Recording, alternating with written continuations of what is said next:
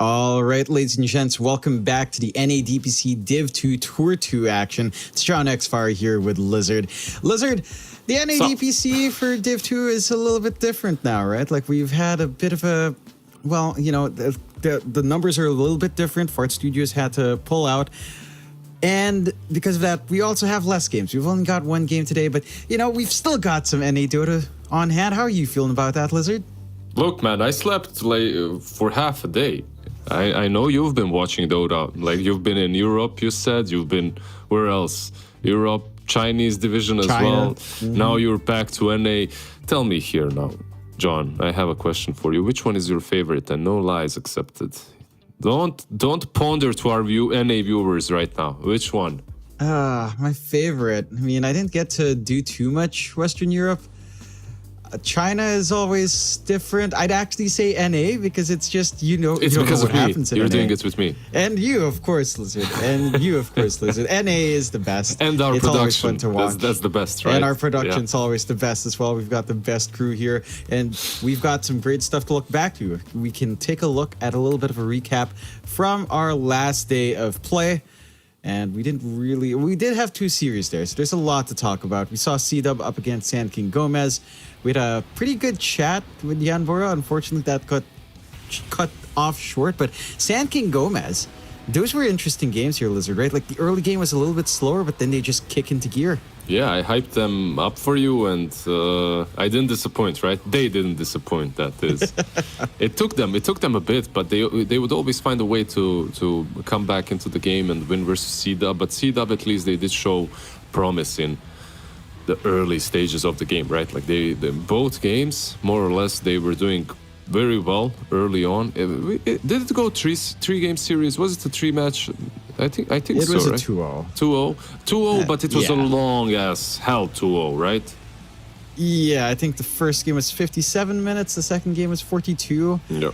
So it dragged on quite a fair bit. For C-Dub, again, they had those shining moments early on. We will see them later on in the day. What do you feel like is something that they could have taken away from that series up against Sand King Gomez there?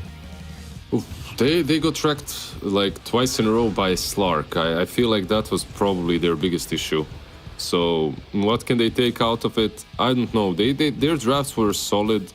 They made some pretty silly mistakes. Like this second game in particular, I had, in my opinion, they completely had this one. The Slark was just dying. But they just couldn't close out the game. And that's something that all Division 2 teams are really struggling with. Closing out games. They reach this power spike, right? They reach the part of the game in which they're really strong and they should be able not to push high ground, not to take throne, but to close out the game in a sense that the enemy team can't get anything on the map anymore, right? Like that's it. It's checkmate, more or less. But they get picked off left, right, and center. They push the high ground a little bit too soon. They get punished for it. Like these kind of things. Just discipline, I guess. It's not easy. It's like one of these 2017 Dota things that they need to go over, I feel like.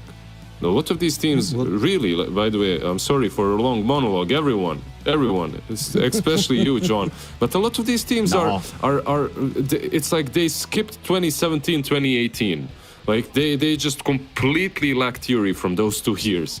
Like finishing the game and just, like encircling the enemy team just doesn't exist here.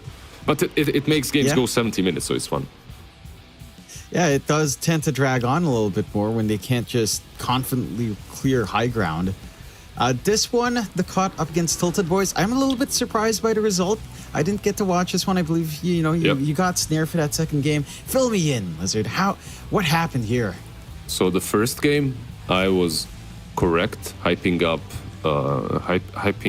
Sand King Gomez. Second game, I hyped up Tilted Boys, but didn't really go their way. They lost to the Bristle. Wait, did they win this? No, they lost to the Bristle first game. And then they won against him second game with some PA Doom. Then they banned him third game. This was all a Bristle show, by the way, first and second game. Even the second game in which they countered him heavily, it was super hard for Tilted Boys to take. And then in the last game, they finally decided to ban the hero. Look, if I can play Bristle on a Steam Deck and win, you should probably be banning him, right? You just go around and you mash buttons. But yeah, they do ban him in that last match, not this one. We're still seeing this long as hell game. The first one went 70 minutes, the second one went 60, 70, I don't even know, as well. And then the last game, actually the cut managed to take. So they won versus what's considered by plenty the team that came in as the underdog, but started looking as the best in the region. The Tilted Boys team, that is. Yeah, like they had to play through close qualifiers. Now they're not fully familiar names as well, especially in Div 2 NA, but they start off strong. This is their first loss in the DPC. And of all teams to lose to, like, it's the Cut who felt like they underperformed. You know, they dropped that series up against Oversight, which is also a team that it's been in and out in performance. And they managed to rally, right? Like we always talk about the newer stacks against the more veteran players this time around. The Cut did manage to come on top, but it was a hard-fought series. Like, geez, 2 1-hour games. The first game going half an hour. That was a long series. That was a very long series. Yeah, and we ended up at like 7:38 a.m., something like that. So it was it was really damn long.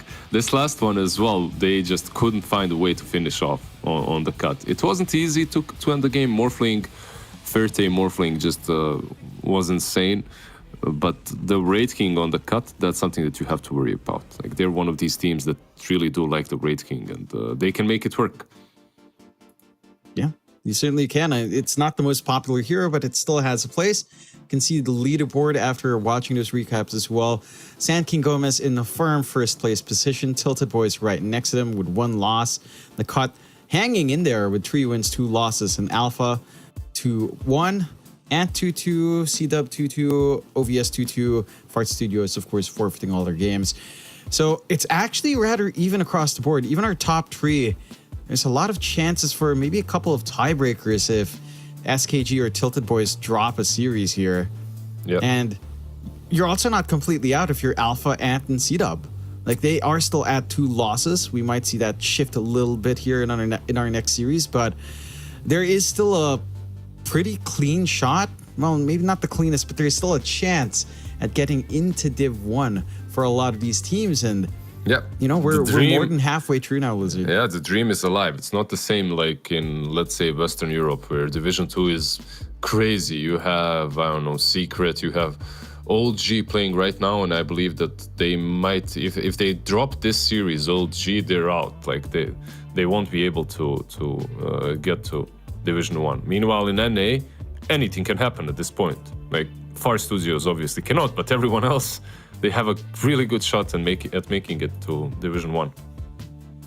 Yeah, and I'm looking forward to see what the teams do to get to that point. Of course, we do have our schedule on hand for today. I believe that we can take a look at and then compare the teams that we've got running here today. We only have our 1 series, C-Dub up against Alpha. Again, both of these teams in a decent enough position to still have a run in top 2, especially if Tilted Boys or Sand King Gomez starts to drop some series here. So they're still in the running. Alpha going 2-1 right now, C-Dub going 2-2. So very important for C-Dub to start to find that win. Yep. Stay at those 2 losses. Yeah, I think that's the most important thing for C-Dub, right? Like, if they stay at 2 losses, there's a chance for them. If they drop this series, they're at 2-3, and at that point you're already... you're probably not making it to Division 1. Like, there's a chance, but the chance is very slim, because all of these teams that usually go through, they have 2 losses. So a lot of things have to go your way, and it's out of your hands. If you win this series, I believe it's still in your hands. Obviously, you have to hope for Sand King Gomez, Tilted Boys to drop some games later on, like you just mentioned, but maybe you play against them. I'm not sure. Let me see. Overall, if you're C-Dub, right, like, you have... Who else to play against? You're playing versus Alpha, versus Oversight. You are playing Tilted Boys, so there you go. You have a chance. You'll have a chance later on, maybe. If you win this game, you still have a chance to go to Division 1. Yeah, that chance is still clear. Still, this is going to be an interesting one as we saw our odds. Alpha slightly favored up against the side of C-Dub, which is, again, interesting. Maybe it's the experience the team has had. This roster did manage to go to Div 1 last time around in Tour 1. Did not have the best of times there. Are doing a little bit better here in Div 2. And again, maybe that experience backs them up a little bit here in comparison to C-Dub. There's also a matter of how their games have been going. I think C-Dub, again, we saw them up against Sand King Gomez. It felt competitive. It felt convincing. So convincing, in fact, in the first half of those games, Lizard, I think you were saying to me that, you know, you were trying to hype up Sand King Gomez. It didn't look like they were doing too hot for a moment there. Yeah, they still managed to take it. Sand King Gomez, that is, they still managed to take the games against C-Dub. Meanwhile, for Alpha, who did they play? They played the Cut and they played Tilted Boys, which is interesting. They both were 2-0. One was 0-2. That is, they did manage to lose to Tilted Boys 0-2, and they managed to win versus the Cut 2-0, which is kind of interesting because it's a merry-go-around, right? Like all of these teams, like you can't say, okay, if I beat this team and that team if A team beats B team and B team beats C team, A team is better than C team. No, it doesn't work that way. C team still can smash team A. So, like, it's all about, like, it's Division 2. It's all about player-to-player matchups, team-to-team matchups, right? Like how they scale against each other. Yeah, and speaking of those matchups, we've got some team stats to take a look at here as well, and how well Alpha and C-Dub have been doing. And overall, pretty similar. Alpha just having a few more deaths under their belt, a couple more kills coming out for C-Dub, but the stats sort of in line, maybe over the deaths. Like 6 more deaths is significant here for Alpha. Beyond that, pretty close. I think the average game time I'm checking out here as well is around the same ballpark, around 43 to 45 minutes on average is how long each side's game goes. So this should be a fairly competitive match coming out here. Even the GPM is close. Like, look at the XPM. They're pretty close. It's the same. Yeah. XPM is literally the same. Okay, for teams that have similar win-loss ratio, or at least the same amount of wins, like you can see that they usually tend to have a similar ratios here as well, unless we're talking about teams that are taking every single series to 70-minute mark, then things change a little bit. Yeah, that's where maybe the stats get skewed a little bit more. Still, we'll take a look at a couple of players from each team and get a little bit more of a on-the-ground feel as to the difference between their styles. We're comparing Joker and Duster here, and just taking a look at these stats, it does look like you are getting a lot more activity out from Duster overall. I mean, we've seen him play. He looked impressive, again, in their series up against Sand King Gomez. For Joker, not as much coming out from him. Just even the OB is going around, or the D-warding. It's just not as active in these stats. Yeah, a bit less for him on every single thing. Interesting. Duster, though, like, he's been playing 5 and 4, and he's been playing some Enchantress as well, right? Like, he's doing quite a bit on that hero, so the stats tend to favor some heroes on supports. Some heroes that you play, you can't ward with, you don't really want to ward with, right? Like, let's say you're playing Enchantress, you're constantly on the enemy side, you're farming, you're putting wards, because even if they go on you, most likely you'll find, if you die, there's gonna be a counter kill, right? If you're some Rubik or a Disruptor, you probably don't want to be running into the enemy jungle before you get like a blink or something like that. So the stats benefit Duster a little bit because of that too, and you can see on the hero sheet, they do have how many? 3 Enchantress games? Yeah, quite a fair bit on C-Dub. Not too much overlap between these teams in hero pick priority, which is interesting. I think that's one thing that we were also mentioning. Double King and Rise's hero pools are very different as well. So that kind of difference in the pause 1 and the heroes they like, it should lead to some interesting variations in our game when we do get into it. And it's going to be a fun one. You know, Alpha versus C-Dub, both sides need a win to keep that dream of Div 1 alive. And, you know, what else is keeping the dream alive, of course, is our partner, esportsbet.io. Esportsbet.io has just launched their new Watch to Earn platform. You can now earn 3,000 free tokens, which is worth about $3 USD per hour by simply watching your favorite Dota 2 matches on esportsbet.io. Esportsbet.io is committed to providing our users with the best possible experience, and we're excited to offer this new way for you guys to earn tokens with the Dota 2 community. Check them out. You know, if you're watching these DPC matches anyway, earn a little on the side. It's free. You don't lose much. It's worthwhile checking out. And what's also worth checking out here, Lizard, is our draft, which is on hand now. And for Alpha versus C-Dub, our first match in this series and our only series for the day, unfortunately. I heard the sproing. Yes. It's there. Yeah. It comes out in the first phase. Already there. They pick her up immediately. Yeah, why not? I love the opening. You go with Ench, maybe you get some Beastmaster afterwards. It feels good. It is good. You're forcing Alpha to think about all the heroes that are... you know, at least a little stronger into the zoo. They just go with something standard. This reminds me of January this year, you know? That Prophet Tusk, solid, but it's also something that Dream League teams are picking up. Yeah, we've seen a little bit of a resurgence of that duo coming out. It's fairly open. Yeah, I mean, you can still lane the DP mid or off, so you can still kind of flex it around here for the side of Alpha. For C-Dub, the Beastmaster you mentioned is still in the pool. And that is something that they have enjoyed, especially with the Enchantress. I wouldn't fault them for going into that immediately. I do like the respect ban under Rubik. Joker has been playing a lot of Rubik as well, to just make things a little bit more uncomfy. What I am keen to see is more in the second phase. And they actually go for the Pangolier instead, so...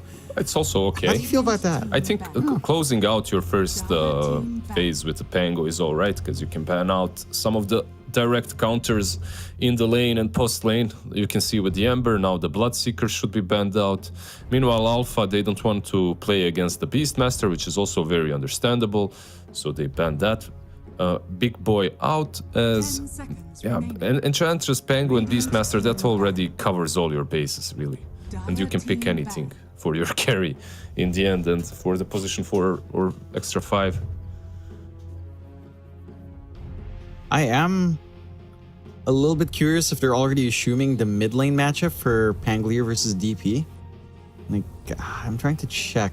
I don't believe we've seen Soul really play the DP for the team. I'm not sure if they've even picked the DP on the side of Alpha, at least in this tour. So if they are assuming the mid DP, then the matchup for the Pangolier should work out pretty fine. I say that, but I think we did watch a game where Pango actually got pretty crushed. Like, you don't expect a crushing to happen in that lane. At the very least, something even. That's when crushing happens, when you least expect it. It's usually how it goes.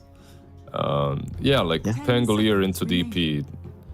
I guess you're thinking, yeah, she uses Siphon, you just swashbuckle away, right? But at the same time, she's constantly pushing in. It's annoying to play against. She's hitting you, outranging you, obviously. And Alpha, they get the Disruptor. I love these openers. Honestly, these two teams are on point with drafts. I like both of them. There's nothing really that bothers me too much. Like, you are playing... You could have picked something like a Mirana into Ench, right? You could have made your life a little bit easier that way. But why think about the lane if you can suffer through it and then have a better team fight later on? I like the Disruptor. These games are going super late anyway, and I'd rather have a Disruptor with Aghanims than a Mirana with a mech. Yeah, like that. That Static Storm Ags upgrade is pretty massive, and yeah, as you mentioned, the team fight's going to feel really good. Once the Pango has shard, it's going to be a little bit harder to lock him in. He can just kind of roll up, dodge out the spell. We've seen that cause a couple of issues as well, but early on you can bait out the Rolling Thunder just to force him out and maybe just drive C-Dub away. They do get to pick up their Tiny now as well. So that should be our Sanctified hero coming out here. Pretty solid support. We've seen a lot of Tiny stocks go up on the 4 position and has been really impactful. He's even picked on offlane a couple of times. A couple of times. And when I say a couple of times, I mean once. He's been on off.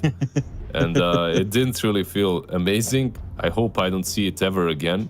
At least not in this patch, but this patch is due in 3 days. New patch, that is, so maybe done. But leave it in the 4 position, please. For now, and they go with the Raid King. Yeah. You've seen this, right? Yeah. They pull it up for Double King. He loves this hero on C-Dub's side. And that's really where I feel like the biggest difference between these two teams really lies. With their carries, like Rises, he has very different heroes that, in comparison to Double King, likes to play, and feels like Double King does like these maybe more up-tempo cores. Like the Raid King does feel like something that plays a little bit faster. It scales pretty nicely. We've seen a couple of Raid Kings, especially in the highlights we just saw, where Raid King Ags can also kind of make or break the difference as well in terms of trying to end the game. So this could simplify that process of committing on to the high ground later on. Can be massively impactful. Alpha with a DK, and that's looking more like our solo hero mid. I mean, you could still flex it to safe. I don't think Rises has played that either. You could flex it onto the offlane for Monster as well. I'd rather have a Tusk DP offlane than a Tusk DK offlane. That first. You could put Disruptor DK on the offlane, sure, but it still doesn't feel that great. You have Breathe Fire into Raid King, but then again you have Crypt Swarm into him as well. Now, I like DP more. Plus, when Enchantress rotates on the DP, you can always siphon the creep. That can help you escape a little bit, get that HP. Overall, Dragonite, sure, steady. You get a lot of armor, a lot of push potential between the two of them early on. The only problem that I see is, like, it's fine because you have Disruptor. You'll be able to assault towers, and then if anyone tries to run away or mess around, you can always glimpse them in. But you don't have a lot of playmakers. This Tusk, there's a world of work for him in this game. Like, he will have to be the one just making plays, and you don't really have heroes that can pair up with him that well, for now at least. Yeah, it doesn't feel like you have the best ways of just connecting with those plays, unless your heroes are literally right next to them, which means you're probably just going to be able to jump in anyway. I am curious how Alpha does decide to close out her draft. Like, do you feel like the Pango DK matchup is stable enough, it being a DK lane that you just kind of farm on both sides, you don't mind that too much? Would you prefer a harder carry coming out from Alpha in the safe lane? Would you want the safe lane DK instead? Maybe you can put the DK on the safe lane, sure. But I think the lane versus Pango is completely fine. And you already see the Raid King, so why not perhaps pick something that's decent against him? What that something is, and that's in the meta, I don't know, like a troll is alright, I guess. Some anti-mage, that gets on top of him. It burns his mana, but he just buys a shard and then it doesn't really matter that much. I'm not 100% sure on what's amazing versus Raid King right now, because Raid King, no one is playing him. Like, the hero isn't that popular. I don't know, maybe in Dream League it started being picked up again, but I don't think so. Yeah, it's just faded away in the meta. C-Dub, they'll close out with the Visage. They're going to go... okay, C-Dub with the Visage. Okay, so it's like Visage Tiny on the offlane. And Raid King safe lane. Their lanes are really strong. I love the Visage Tiny combo, by the way. It's really strong. How can you mess that up? Any sort of a dot on Visage is good in that safe lane. Trying to think of heroes that are strong against him too. I mean, in the laning stage, everything is kind of decent against Visage. That's his one shortcoming. He is not able to really maximize damage and durability early on, so you can kind of just use that against him there on C-Dub. Alpha, the Drow the troll you mentioned is something that Rises does enjoy. He'll go with a Terrorblade answer instead. So just a really hard scaling core here, decent tempo. We've seen some Terrorblades join in for the push with DPs and DKs early on. So there's a lot of objective taking on Alpha, For C-Dub, I mean, it's as you mentioned, really strong lanes coming out. You've got the magic damage to deal with the Terrorblade early on here. And if you do get off to a good time for Sanctified and Isla, I'm a bit worried that the DK can get run down a little bit. You do have some protection from Empyrean, right? Like, the one foil to Tiny in lane, I feel like Disruptor is a really good foil to Tiny, just because you see him running up, you just glimpse him, you spam that spell. And Tiny doesn't feel like he can really do much. Like, he's just kind of running around in circles with the Disruptors sending him back every single time. Overall, with a draft closing out like this, which one do you prefer here, Lizard? Like, if it goes very late, I guess Alphas, obviously. But I really think that C-Dub should have really decent times in the lanes, and they should take this game early on with some Visage popping off. Like, Tiny, yeah, EMP can mess with him, but at the same time, you have Tiny Visage. This is basically Avalanche Toss into Soul Assumption. TB has 550 HP. He dies level 2 even from the combos of C-Dub. He cannot sustain himself in that lane. If C-Dub plays that well, this lane can go horribly for Alpha. If they don't play it well, however, and if TB gets a good starting advantage, it's going to be super difficult for them to come back. Yeah, I can see that happening. Like, the tempo has to come out here for Alpha. Should lead to a very interesting game. Again, two very closely matched teams here for our one and only series today. And it's a very important one. Because if Alpha wins, again, they go 3-1, I believe. They stay in a pretty good position to be in that top 2. And that kind of takes out C-Dub with 3 losses. Like, a lot of things have to go wrong for other teams for them to have that dream if they do drop the series. So everything on the line for C-Dub. And for Alpha, they've got some wiggle room if they drop here, but you certainly do want, you know, just have a steady ride if you can, into Div 1. So into the game we go here, Lizard. Nothing too exciting. I mean, there was an early smoke, but just to get in position, drop some wards. No one really posturing too hard. Isla is hanging around by the Roche to hide in the fog. They can spot if someone does pop out, but a cautious play from both sides here. 30 seconds to battle.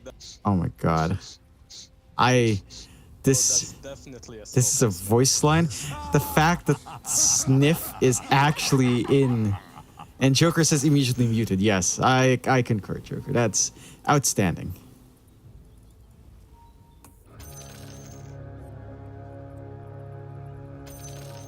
No scuffles coming out. Don't be mad. The battle Just gonna be able to go for a straightforward 2-2 bounty rune. Not the biggest deal in the world. Let's see how the lanes break out, though. Again, we are seeing Sanctified and Isla running together.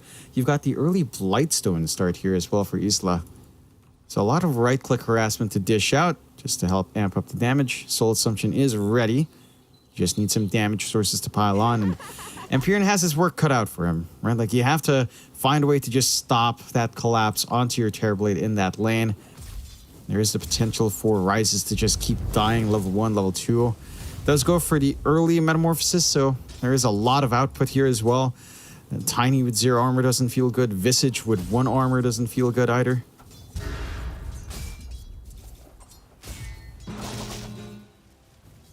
And it can be hard to manage, you know, for when the Terrorblade does have that Metamorphosis up. So we'll see how well Eastern Sanctified does reel this lane back in. Once Metamorphosis is down, though, that's when the lane starts becoming a little bit more manageable here for the side of C-Dub. So they should have their plays lined up. You do start with a 3 Tro for Sanctified, so just looking for denies, looking for some harassment on. And Empyrean actually does go for Thunder Strike level 1. So he does want to just soften these guys up as much as he can. So we're taking a look up top here as well. Yes, there you are, Lizard. Hello. You are back. I was lonely. Nothing. The laning phase. The start of the laning phase. Not much at all.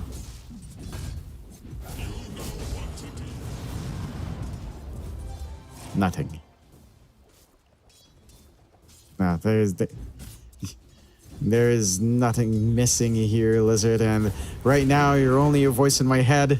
So I will proceed myself. I will ignore the voices in my head for this point, because we are taking a look at the top lane as well. You've got Joker on the Tusk, along with Monster on the DP. Are the voices back? The voice is back. Once again. The voices are back. I believe it should work this time around. Yeah, yeah. Interesting laning stage so far. No kills, 0 kills. I'm mad. This is not one NA promised me. I have it in my contract. If I cast an A, I have to get 4 kills up to minute 2. It's not happening. Yeah, I mean, this is a more evenly matched game, though, as well, right? Like, we saw the stats, we know their standings, we saw the odds fairly close to each other as well. So I think this is to be expected when both teams are at around the same skill level. It's harder to find openings on each other because, well, you're kind of in even standing. So a little bit slower of a game. But, you know, that's fine. We dig it. Yeah, we've only got one series anyway. Yeah. If it goes 60 minutes best of 3 all the way up to 3 games, you know, why not? Sure. I still want to see this Tiny killing people with the Visage. He doesn't have a combo yet. It's just understandable, so because of that. Isla? Okay. Yeah. He gets run down. Metamorphosis is up. These heroes have no armor. They just melt. Amperian kind of blocking rises. Does he get the last He gets him, I feel like, right? Yeah. Yeah, there you go. Oh, man. That's terrible. I mean, if you're you expected this lane to crush, right? Like the magic damage to the output, but it's not. They just wasted all of their spells on creep camps on the left side. I was watching them. They were farming the creep camp on the left, and because of that, they didn't have anything left in store for the Terrorblade. And you have to be careful. Terrorblade, if he pops that meta, you have to get out, and you can't get out because of the glimpse, because of the kinetic field. And yeah, well, just the glimpse this time around. He didn't have kinetic field, but still, rough stuff. It's the best thing. The best thing for Alpha is it's so important to get these first kills, because once you get them, you can get raindrops easily. And once you get those raindrops, suddenly the Visage isn't as big of a threat. That's when it feels a lot safer for the Terrorblade in the downtime, right? Like when Metamorphosis is down, you just don't get aggressive in that lane. I just have to say, there's one thing that I basically ignored a little bit, but Visage is dropping really low, so is DP. Yeah, it's starting to drop low up top. Monster does run away. Not quite the same for Isla. He is by his tier 1, so he's a little bit safer. What did you forget to tell me, Lizard? I forgot. Joker might die. All right. Yeah, I just want to say, but the kills are happening. So, basically, I think if you're Tiny on that lane, you get toss. Like you're getting toss. Right. That's what it is. It's not about like your tree isn't gonna be as impactful, your right clicks, as a toss on a Visage and then a Soul Assumption. Yeah. It doesn't matter that you're hitting. It's like not helping out that much. Yeah, I was surprised by that. Early rotation here as well from Mark. Level 5 is up, and they'll find that kill on Rises. Big rotation. Just moving out in the Pango does help out, relieve some of the pressure down bot. I mean, you're leaving Soul alone. Does have the Dragon form, so you can get a decent amount of damage in with a Siege creep up with this next wave as well. So you are sacrificing a little bit, but it is a DK. You know, you kind of don't want to just camp that lane, as you can't do too much. But the rotation's out this time from the side of Alpha. They did manage to get the stun on Mark. He does not have mana. He does pop a Mango, so he can bail out and hit 6 as well. Sanctified going to be the sacrifice more than likely, as the rundown is there. No mana for him. Has 1 Mango, but cooldowns are long. Another Dragon Tail out from Soul. Was it Tiny that gave him the Mango as well? I believe so, actually. Yeah, I didn't notice it in Mark's inventory. I feel like it was the Tiny's. What a bro. Like, what a bro. You know, comes in, gives you the Isla. He might get glimpsed here as well, yeah. Isla being dragged back again. Kinetic field is up. And a Visage just doesn't survive long enough. This lane is a disaster. To get too much done. This is just... It is just Yeah. Look, when your Visage is having this bad of a time in the lane, and he's a core, yikes. The game is gonna be hard. You know, grim tidings for C-Dub. Yeah, it doesn't feel like they're going to be able to hit the timings they'd want to here. Up top, they are starting to get a little bit aggressive onto Monster with the stuns, but he's got that level 3 Spirit Siphon. Double King is melting quite a fair bit. Does have his ultimate, and he actually levels it up early on, wants to commit for the kill. They'll be able to find the DP with the chain stuns. A good micro out from Duster. Yeah. Joker, no snowball to save. It's always nice to get the these golems, and then you get the scent after. It's 3 guaranteed stuns, more or less, this early on in the game. And then another stun from the Wraith King DP. Yeah, she's tanky, but it's a lot of control. Way too much control coming out. Never got to use that Spirit Siphon again as the chase was happening. So good punishment coming out. You're getting pretty free lanes for both safe laners so far. Double King and Ryze is kind of in the same spot. Soul being rotated on though. Does get stunned up. And the roll is out from Mark. They've got the damage coming through with Duster as well, but he does get pushed onto the high ground. Does get gunned down with a swashbuckle as Empyrean is going to get the glimpse off. Joker with the DD trying to run up here. But you have to respect Duster going for the 2-3 build. So the impetus shots are enough to kind of just dissuade him from overcommitting. But there's the bloodbath now, Lizard. You know, we've got a kill per minute after a bit of a slower 2 minutes. I'm not disappointed. I got what I asked for. I didn't get on this bottom lane. Well, I did get bloodbath on this bottom lane, but in the opposite direction. I thought that it would be the Visage and Tiny doing. Like, I love this lane. This lane used to dominate a couple of months back, and things have changed a bit, but not particularly for these two heroes and the way they work. So I expected more, but it is what it is. Now you have to find a way to group up and play around that Visage. He still gets level 6, he still becomes annoying with birds, right? That's maybe a silver lining, but if you get that bad of a lane, rarely do you scale into a beast Visage that everyone is afraid of. Yeah, the timings are just kind of thrown off. Meanwhile, the timing for Alpha, they find that mid-tier 1 just with a DK push. No need to connect with your Death Prophet here at all with the Exo, so you still have that available. Bit of an invasion in the jungle as well, Joker. Yeah, kind of running around. Empyrean is chased down by Duster, but this is not a safe play to do solo. Mark is around with a roll. Duster will fall, but here comes Double King, more than willing to lend some damage out for the team. As Empyrean trying to go for the Roche deny, juking around. No, he's taken out in the end. The Avalanche out as well. He managed to clip down Joker. And Soul's left all alone in the middle of all of this mess. Is tanky as the tanky, DK, but there's a lot of output. They're still keeping the chase, and he actually manages to run. They run out of stuns. Crazy just how tanky you are with 2 bracers and a raindrop. Meanwhile, while they were chasing him, Dead Prophet just couldn't care less. This man popped his ulti, took your tower. He never wanted to help out his teammates, and he shouldn't have, you know. You pop that exo, take the tower, feels good. So they get something. It wasn't the best trade for them, but they do get the tower in the end. So it's you know, you can live with that. I mean, with a mid and top gone, it does feel like you've got a better chance now for Alpha to get aggressive in that top jungle, cut off some of that farm that Double King will want to build into. Do you like the Wraith King is still massive though. Do you like the blink on Dragon Knight? Straight blink? Straight blink from the mid. I mean, you were talking about a lack of playmakers with a Tusk, right? Yep. So this gives them at least one playmaker that can run up, maybe try to just gun down. And again, he's already durable enough at this point with the double bracers and infused raindrops. So they can play off the back of that. They do manage to rotate down bot though, catching out Joker. No rotations coming in, so he will just be the sacrifice for the team. It took them a bit. Oh wait, Whoa. what? Whoa. Ooh, okay. What happened to the soul assumption?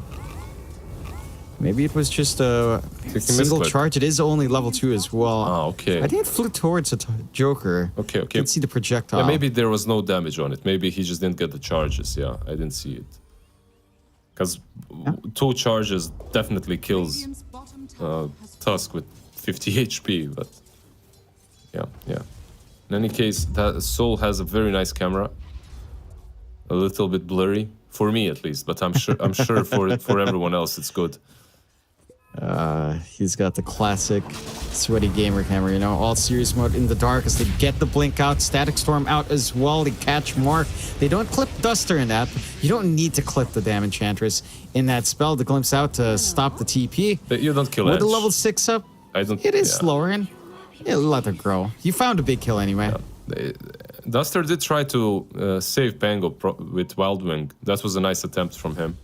Like, he knows this Enchantress inside out. Like, all that he's doing is all these micro, mini little plays that can give you advantage in that one. He tried to use the Tornado from the Wild Wing to get the Pango out of the Static Storm, to push him out, but it didn't work. The kinetic field just up a little bit too quick. And Alpha again in a pretty strong position. They aren't quite invading the top jungle as much as you'd expect, so there is still a lot of room for Double King to farm. And this Raid King is reaching critical mass.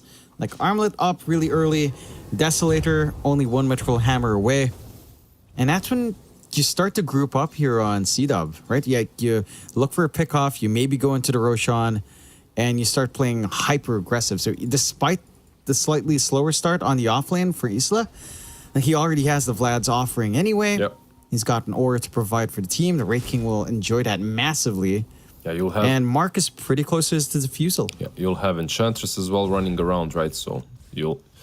On C-Dub, this is more or less your timing. I expected this timing to be better for them, or a little bit faster maybe with the offlane that they had, but still you reached it, and you can play the game. It's not like you got completely demolished in the lanes. No, it's only 1k difference for Alpha, so it's definitely playable. All this aggression that you're bringing, you just have to be careful about the tankiness on the side of Alpha. There's a mech on DP as well, like she will be healing everyone quite a bit. Yeah. Sanctified. Again, for Alpha... No, just the Sanctified blink, you saw that, right? Like, he's getting closer. Yeah. Yeah, they're inching closer towards that timing to have that movement out, to have some play on their side with a tiny blinking. And again, it's lining up for C-Dub. Like, once you do have that blink, Avalanche tossing someone, pulling them back, getting that burst damage off, finally connecting perhaps with your Visage and the Soul Assumption, it starts to get a little bit tough for Alpha. I mean, there's a point where Rises is still vulnerable here. I feel like until his Manta's up, he just doesn't have the HP to still last through some of that magical output on the side of C-Dub. So he can be a sitting duck. The issue is right now for C-Dub is they haven't really managed to clear the mid-tier 1. They're not grouping up for it either. They do have these Summoner creep around with 6 Skellies, so maybe this is when you commit, or at least just use that. Send the they Skellies. just cleared out. Yeah. They're dead. It's Dragonfire. Dragonfire kills Skellies. It's in the lore. It's well known. It's in the lore. Yeah. You'd probably want to fight before he gets BKB on Soul, on the Dragonite, right? C-Dub, that is, should probably want to fight before that happens. And it's just inching closer. If you want to take down the tier 1 tower, Visage from the bottom lane needs to rotate in. It's as simple as that. You're not taking it. 99% you're not taking it without a Visage. Yeah, he's more than satisfied just camping bot, but they will smoke out now. They've got that full rate packed up. This could catch a side of Alpha by surprise. They do have a lot of physical output right now. They can find a nice kill, lead themselves into that push, maybe even switch into the rush as the Deso flies in. But they don't manage to catch anyone. So, good game sense from Alpha, recognizing that you don't have the Visage camping bot anymore. They're going to try to make a play. But Double King still has that full Deso.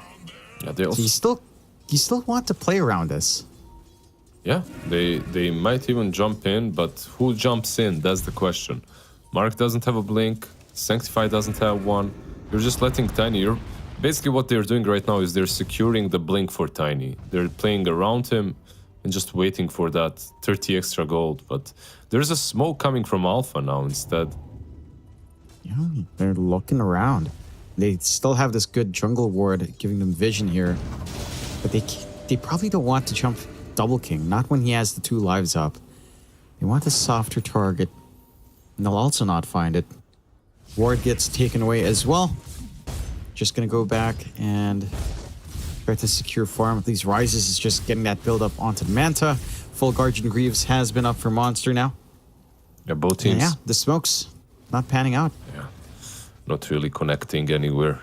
It was maybe a little bit easier for Alpha to smoke because they had a blink on playing with him a bit. They had a blink on DK, right? They have tier 1 mid lane taken already out, so I think it would have been easier for them. They might make a move on Great King top at the same time. Double Joker on bottom lane. And they TP'd up top. They've got the glimpse back for Double King. They will find Joker down bot, but this is a bigger one. They've got enough to clear out Double King's 2 lives. Take one out. They've got the Static Storm if they feel the need for it, but it doesn't look like they'll need it. They'll just be able to melt through. Mark comes in with good stuns. Not enough space to get that Great King out. Static Storm does not connect an ending window. So a little bit of a whiff, but they Still find more as the 2 Yep. supports run in. Yeah, they still have a really solid fight. They use a lot of their big golds, so Dragonite form used, Exorcism used, Meta used. Are 3 kills enough? That's now the question. Will they go into the pit, try to maybe convert it for something bigger?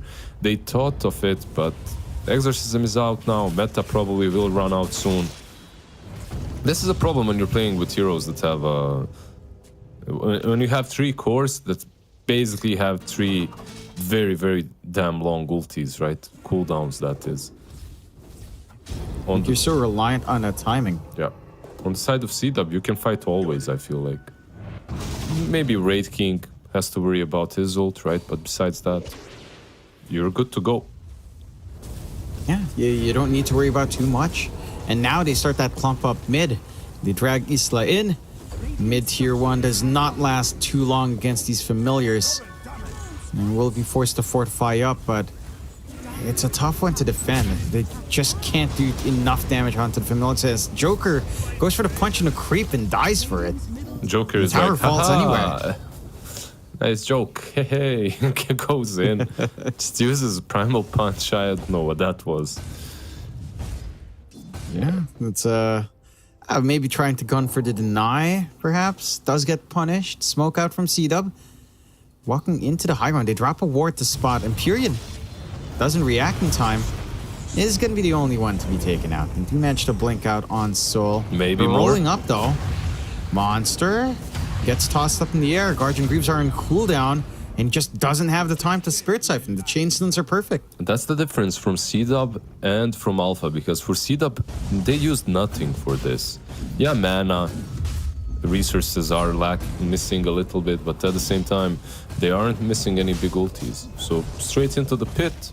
Why the hell not? You have Desolator, you have Visage with Grave Chill, with Blightstone. They have to do it a bit faster though. Still running up to get the toss back and Joker though. Sanctified showing off that blink in a massive way. You've got the blink up as well now on Double King, so your Wraith King can just run forward for your team and give Mark the Aegis. So lots of security for C-Dub, 9 to 12. And despite, again, the slower laning start for C-Dub, it just feels like they come out, they farm, they're given space. They're doing a lot more with these early timings than the side of Alpha is. That was Joker twice in a row costing them quite a bit, I feel like. First on the tier 1 mid, and then now again running and dying first before they can kind of clump up together and go. He's just doing the proper moves just a little bit too fast. They should maybe rearrange the way they move into fights side of Alpha. Yeah. Just a tiny little bit. It's just right? a little bit disconnected. Like the idea is right, but maybe the team is not on the same page, not ready to go as Joker. Again, just farming up a creep wave. The roll is there. The avalanche is out as well.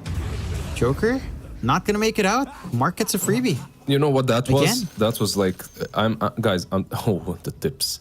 Oh, God. Yeah, I mean, they know. They see the same thing we are seeing. They hit him and they hit him with "and so you die." Yeah, rough for Joker. But he's so close to the blink, he wants to complete it. So he's going into, positions that aren't as carefully chosen. Yeah. This is the concern. Like, the moment you group up with this Wraith King, with a Deso, with a Visage, they just take a tier 2 for free. They're knocking on the high ground with the Aegis. I mean, you don't have Metamorphosis ready on Rises. He's going for the tier 2 trade top. They lose Joker again? Dead again. I've seen that before. He has a buyback, but I hope he doesn't use it. It's happened so many times that they're still pushing in. They don't have the roll, so it's a bit dangerous.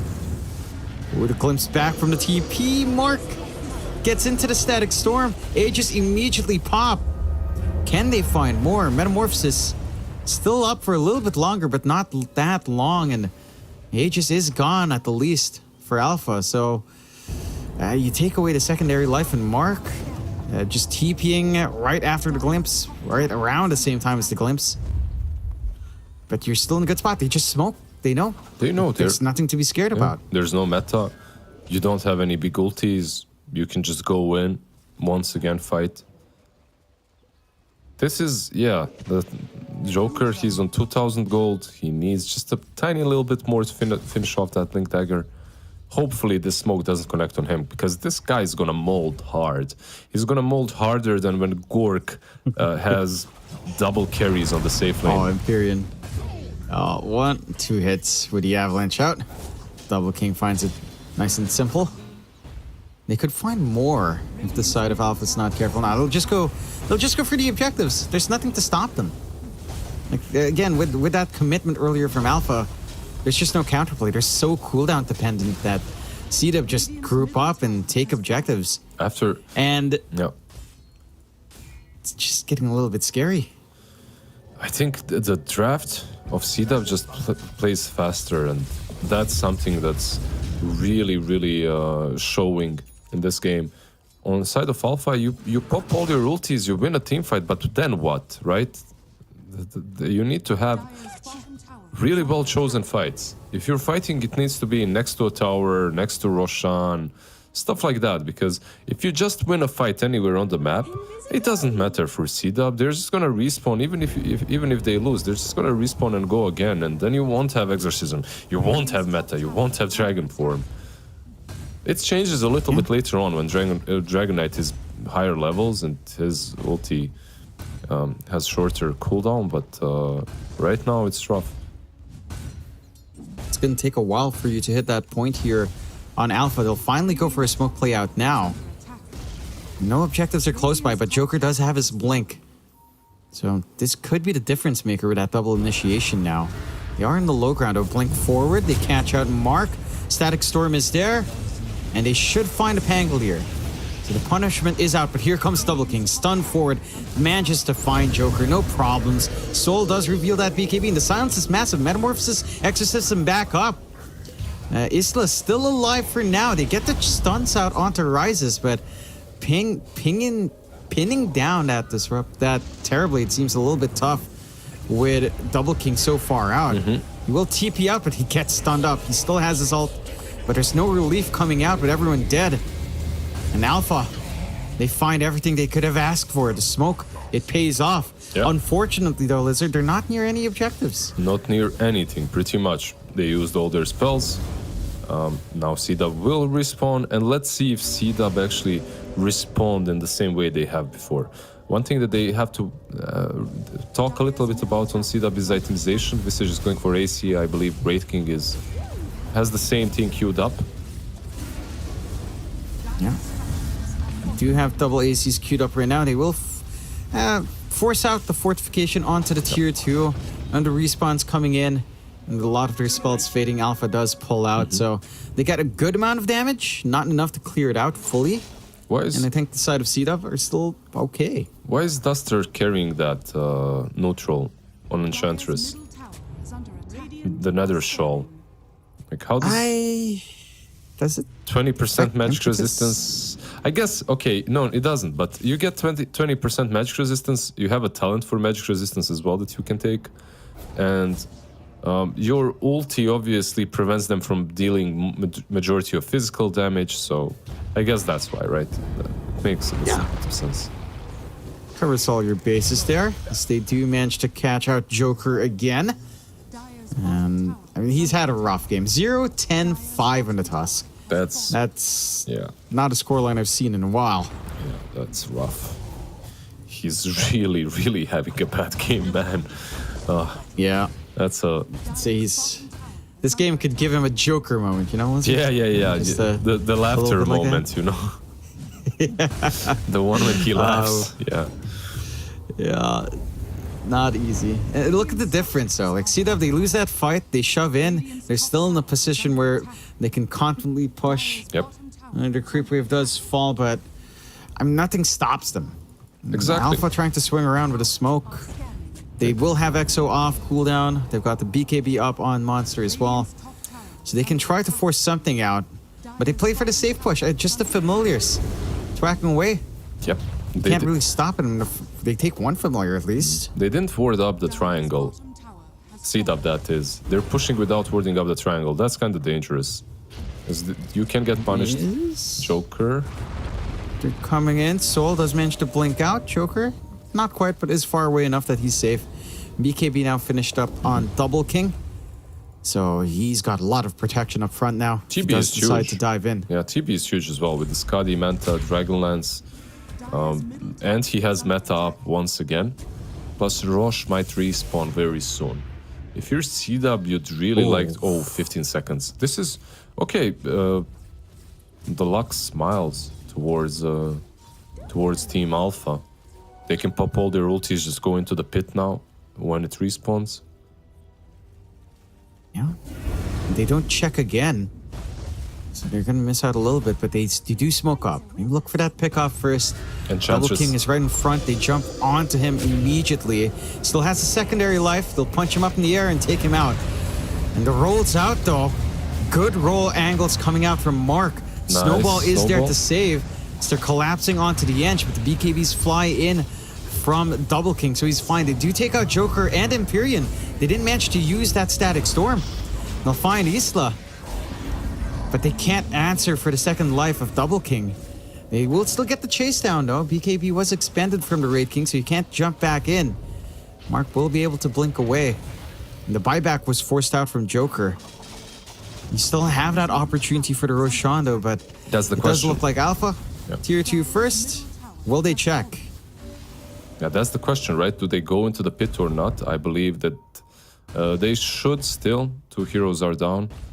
But if the meta expires, and now it just becomes a bit harder.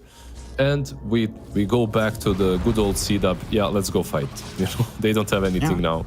Let's go fight. Spawn up. Mark TP's right in front of them without any protection. The silence just messes him up. Okay, that's... So he just immediately dies.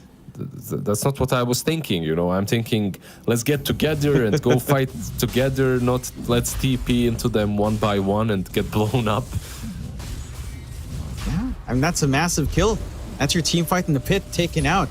Roshan still proceeds for Alpha. Isla does scout with the familiars, so they know this is happening.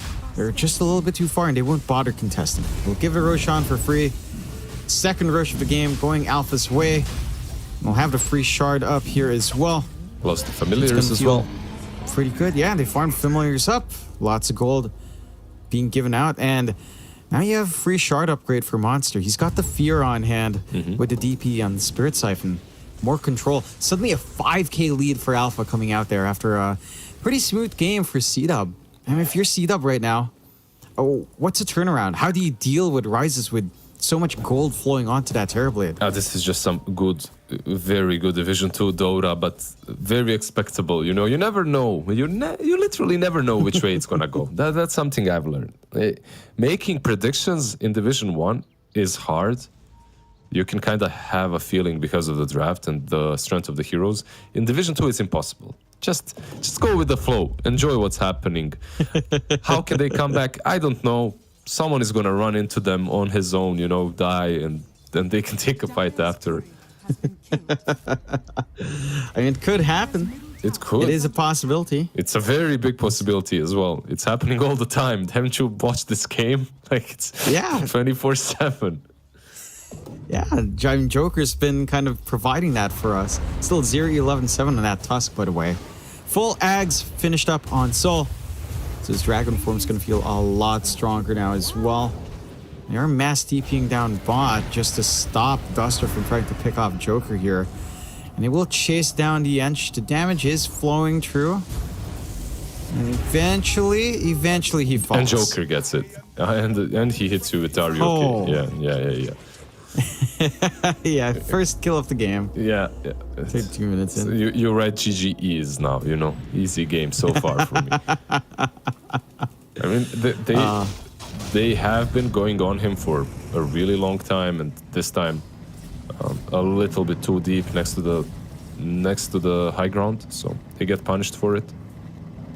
And honestly, from all the feeds that Joker has made, yeah, they have been hurt by them. At the same time, the Mark's feed on the outpost was probably the worst one for C-Dub. I mean, the worst feed of the game. It was punished the hardest.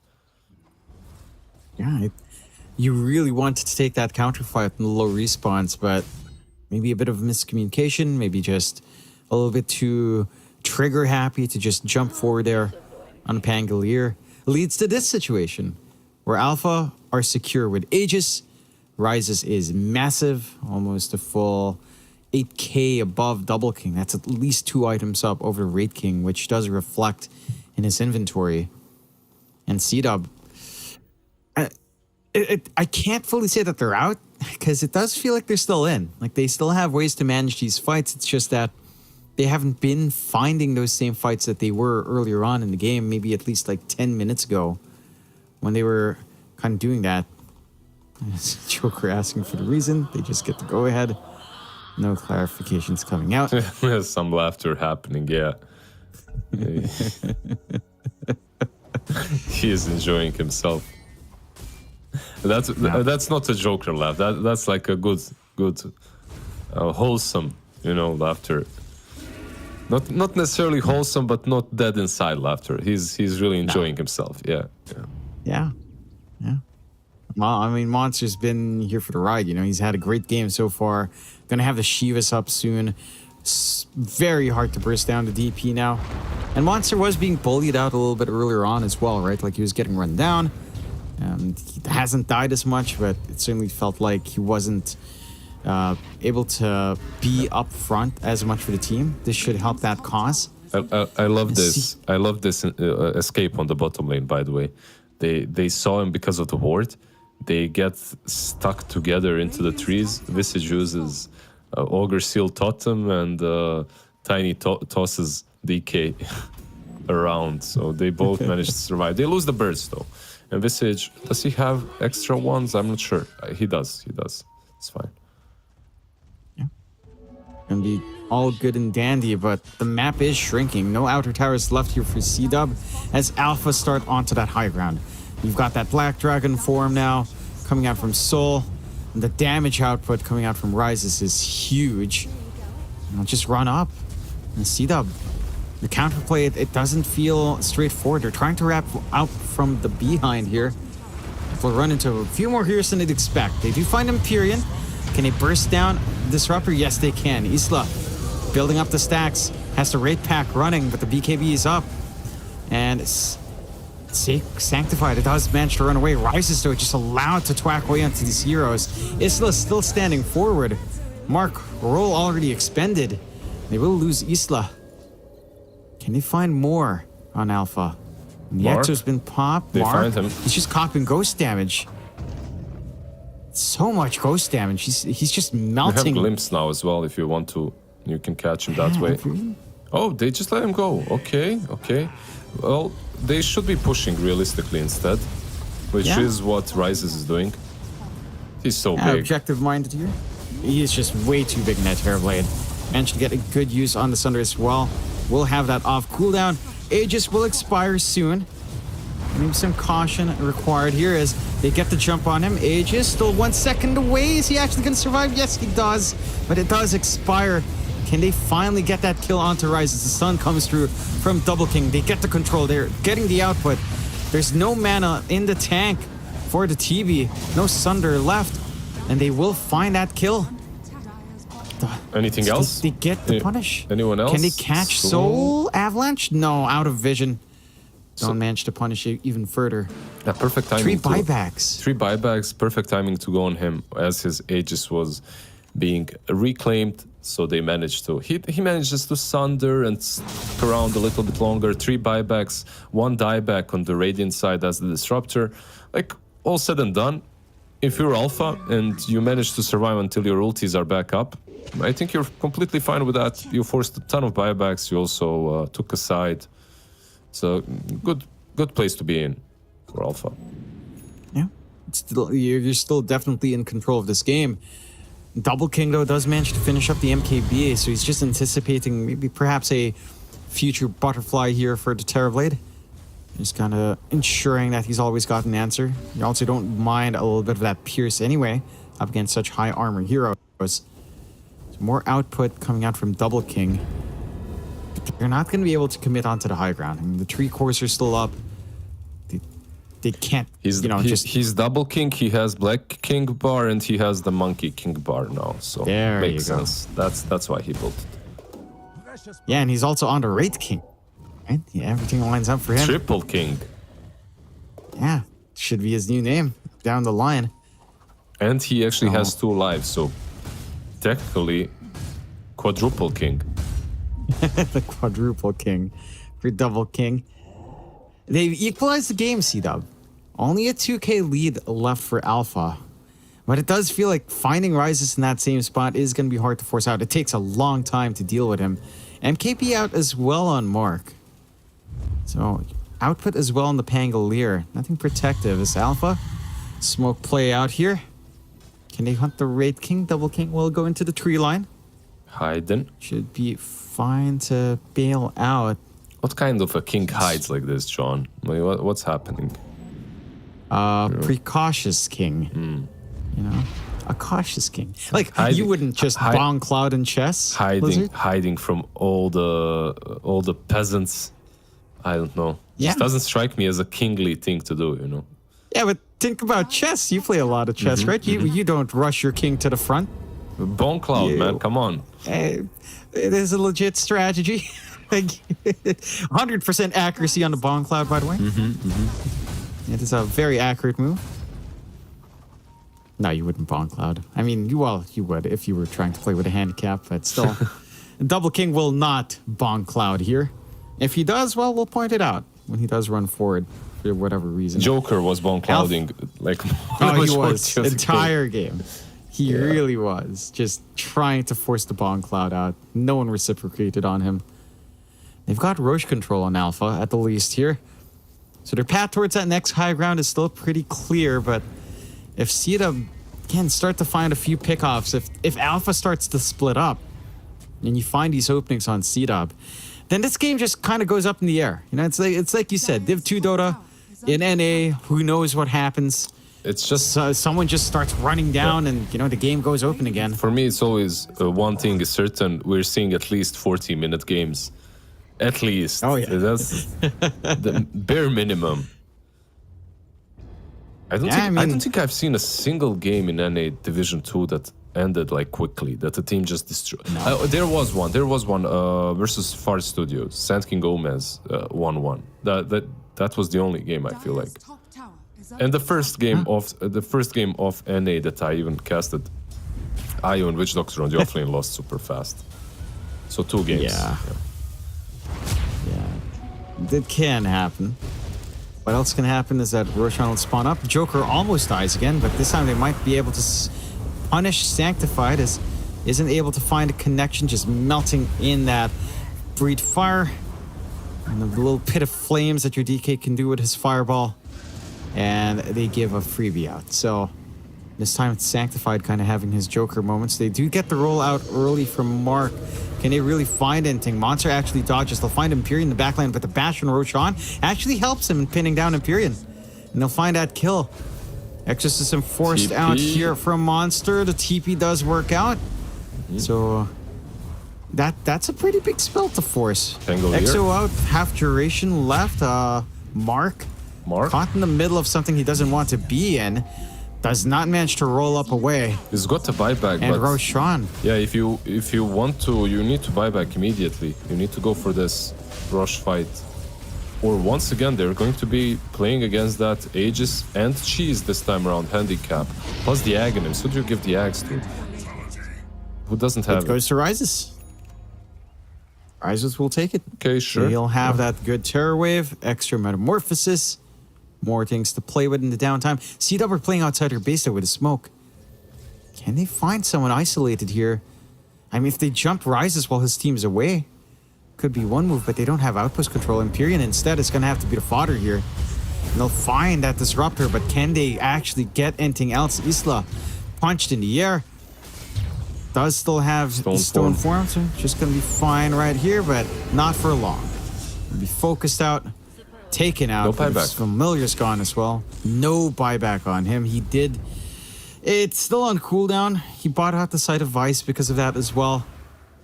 But the high ground defense, well, without the Visage, it doesn't feel simple here at all. As they'll keep the jumps going. It will be Onto the objectives they go. extremely damn hard. Almost impossible, I would say. This is Megas, maybe even game. Pangolier is up in 8 seconds, so Double King? once he is resurrected, he will have Pango to play with at least.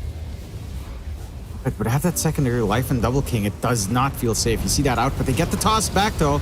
On to Soul. He eats the cheese immediately. He's going to be safe, and now they'll find Double King.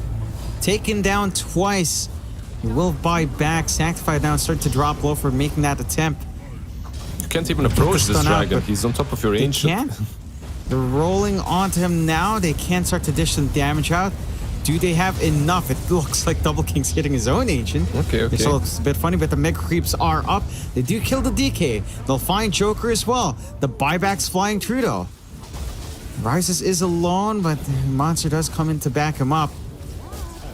And Mega Creeps for C-Dub to play against. This game is extra difficult. The buyback's coming out from Alpha. They know. They want to end it. They want to end this game. They do have the outpost to TP too, so I guess that's why. But Visage and Tiny should be up by the time everyone is here. Tusk is a little bit further away.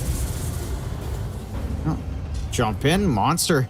Just getting hyper aggressive with his Shard Siphon.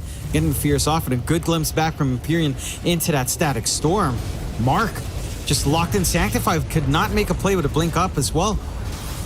Buybacks being forced out. No Tiny for a little bit longer. Double King in the middle of everyone is just melting. Still has a secondary life. Can they find any kills coming out here? They are starting to drop so low. He did buy back if he falls. That's the dieback. Dieback for the DK. Can they find more? Can they find Joker? They'll be able to take him out. For Joker as well. 2 diebacks Anyone from else? Alpha. As they find another on Empyrean, and they lock in Monster. They've got the output. 4 heroes down. As they're playing against the Mega Creeps in Alpha. The 2 buybacks they commit aren't enough to end that game. Yeah, what the... dude. Yeah. just an amazing game once again. They buy back. Hey, man. They buy back even though they have no meta. They just want to end the game for some reason. Who was it? Like Visage and one more Pango. I think they were up in 10 seconds. They obviously respawn. Look at the damage that Pango dealt. Like he was a monster that last fight. Just 8k damage. And now you're actually going to be in a position in which DP needs to probably buy back. Did they leave anyone? They left who? Visage behind to defend. Okay, he's not the best defender, but he can draw aggro at least. Yeah, he can draw a lot of aggro. They're just gunning down the mid tier 3. Fortify is still there to slow this down. Rise's Age is still up for a full minute. So he can kind of play risky if he wants to here. Let's have the Silver Edge to kind of dance around with. And he'll take the tier 3. It'll equalize the racks. They're probably not going to be able to find anything like Megas here. So just try to have a lane that's not as lopsided for your creep wave. Static Storm immediately out. Double King being focused on. Flank out from Rises, but he's pinned down by himself. He'll lose the Aegis. Sir? He still has Sunder. He still has Terror Wave on the respawn. Monster, though, in the middle of everything. BKB forced out from Rises to glimpse back. Nah, dodges out with a roll-up. Rises, sir, why do you fight before your teammates are up? You already lost the side. What do you think? What was the reasoning there? Yeah, I'm not sure. Maybe he just felt pressure to make a play. Yeah, probably. The Rax was already gone. Yeah. I mean, these kind of plays, they look weird from our perspective. We see everything, right? For him, it was he might have felt it's do or die, which wasn't really the case. His DP was just respawning. He could have waited a little bit. CDub couldn't have taken more than one side. And now again, you're going in. You do have all your spells now, though, on the side of Alpha, right? So they can take a fight, but they have to be careful. No buybacks on them. No buybacks to come into the hard. They refreshed as well early here on Rises. So they want to just go in with another Metamorphosis, another BKB, end this game right now before CDub can find anything more. And the smoke might lead to that opportunity. They're jumping in. Double King just melting to the Metamorphosis right now. But the roll here from Mark, BKBs do fly on in time, but Monster is not going to be able to survive. And they'll find that one. They'll sacrifice Sanctified for it. Joker's starting to drop low now as well, and they'll find him. First life gone on Double King, but he's getting the chase off. He wants Rises, no vision. So they will get the lock in with a Static Storm. Mark cannot afford to die. He will fall. 2 heroes, so no buybacks for CDub this time around. But they get the Hex onto Rises. The Glimmer Cape will save for now, but it's not enough. It's not long enough, and he falls. They get him. They have buyback. Yeah, he does have. But he can't end. Yeah, he does. Oh, look at the throne. It actually fell really low. They have buybacks, but that's it. Another time that they got just completely. Oh. Yeah. Can't. Illusions. Relax. Cheeky though. Cheeky attempt, but you're playing into an Enchantress. You're helping her a bit. Yeah. She just clear out. She just takes those, but like. This is basically NA Div 2. I always see the same thing. The teams just cannot. When we went into this game, didn't I tell you? We're gonna see a very long game eventually, and you won't know what's happening anyhow. It's like, every single match, I feel like I got used to it. I got used to it so much that the mid game became kind of boring for me in this series, because I know that it doesn't matter. You know, it's like, cool, this team won a team fight. It doesn't matter. Like in 2 minutes, it's gonna go all the way in the opposite way. Yeah, I mean that's NA Dota right now. No, it's just up, down, left, and right, and you see what sticks. And I'm looking like Enchantress. He's got a pike. He's getting bigger as well. So you're getting this extra core on edge. You have a telescope to add up some more range, which is nice. Double King is becoming bigger and bigger. This blink, by the way, the overwhelming blink is a huge power spike for Wraith King, I feel like. I don't know, just every time I see the overwhelming blink, no matter what the state of the game is, if you're winning or losing, it just changes the way the Wraith King feels. And he just has so much more EHP coming out, right? And the slow is massive for him to just look for these kill opportunities. It helps so much in just getting that jump in. I think it's the slow, it's right? Massive. It's really big. Yeah, it just helps you really chase down for a hero that can be susceptible to the kiting. This is huge, though. Yeah. Empyrean does have his Ags upgraded Static Storm. These fights can feel a little bit more awkward. Yeah, he's got that, and there's Visage with tags too. So right now, one big thing that CDub can do is surprise Soul, Hex, held down. They've got the damage. Yep. He's gone. No buyback. Still 100 for seconds. a minute. Yeah. Top lane and bottom lane needs to be dealt with. It's being pushed in. But that's the Visage, right? Like at this point, you get Silent as the Grave, I believe is called the Agonist upgrade. Yep. Yeah, you get that, and you have Hex. You can pick off targets. Even this TB, he can fall if you find him. You have to be cautious. Joker gets the punch out onto the Enchantress. And the Static Storm. That was Static Storm as well. But it is, it's still actually, it's just level 2, not maxed out. So a longer cooldown, marginally. And they're forced to keep at least one hero back in base. It's going to be Mark to clear out the Megas. Not fighting at full strength here on C-Dub's side. A little bit awkward for them to it's try awkward. to force, but if they find a pick-off... Exactly. And even if they don't find a pick-off, I feel like Roche area is so good for them. Oh, the blink toss back onto Empyrean. They'll find a simple kill in the Disruptor. Sanctified dropping low, has a Ghost Scepter to stall for now, but not going to be able to blink out anytime soon. The big stun from the Familiar, and they're getting good damage off. They are actually starting to drop rises a little bit. Here comes Monster, though, with his Spirit Siphons up. Starting to get the fear off across the map. You are low on Double King. Does have that secondary life and the BKB. Refresh out and rises. Ench dieback on hand. They're kiting around Their Double throne King. is gonna fall. Even through the BKB, their throne, it's just exposed. And they're dropping all the heroes. Mark had to join in. Buyback out from Double King. He's leaving the throne. Yeah, He's joining in this fight. They will find rises. But no one's defending. Someone needs to TP. And Visages. they will TP back. He can take aggro, but there are 2 siege creeps there. 3 even. Yeah. 3 coming up. They'll still chase down Monster a little bit. Not going to be able to find that kill, but they get some good punishment, and they somehow still hang on to the Rax. Isla is so low, though. I can't... He is not in a healthy state. Yeah. He's getting some teammate help now. I can't believe that they're managing to win team fights, more or less, you know? Like, obviously, buybacks from Raid King isn't great, but even just managing to keep their heads together, you know, and defend the throne and have that fight, that was some very good discipline and clarity from C-Dub. But here comes Monster. And they're buying back. They want to end this game. Terror Wave is out. Rise is just focusing onto the Ancient now.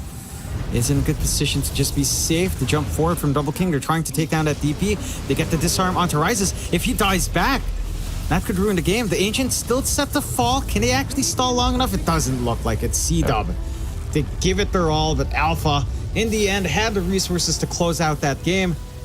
What a back and forth, though. Like you said, not something you'd expect from C-Dub to even find those wins later on.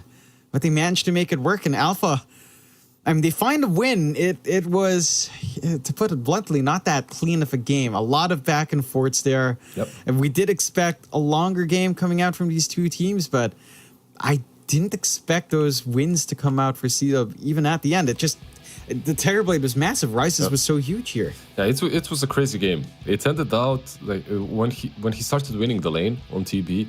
I expected this game to be done much sooner, but then they couldn't really figure out how to dodge fights when their ultis were gone. So they just lost full map control. You had this Raid King Visage lineup with the Pango. They were just running everywhere while your cooldowns were on. Like, you couldn't really fight them at all.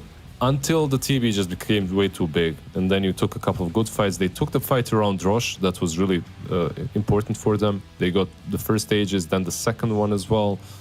The high ground push was there. They got all 3 sides, but again, even with all 3 sides, you could see that the game is going to last a bit longer. That they won't be able to just complete it and finalize C-Dub.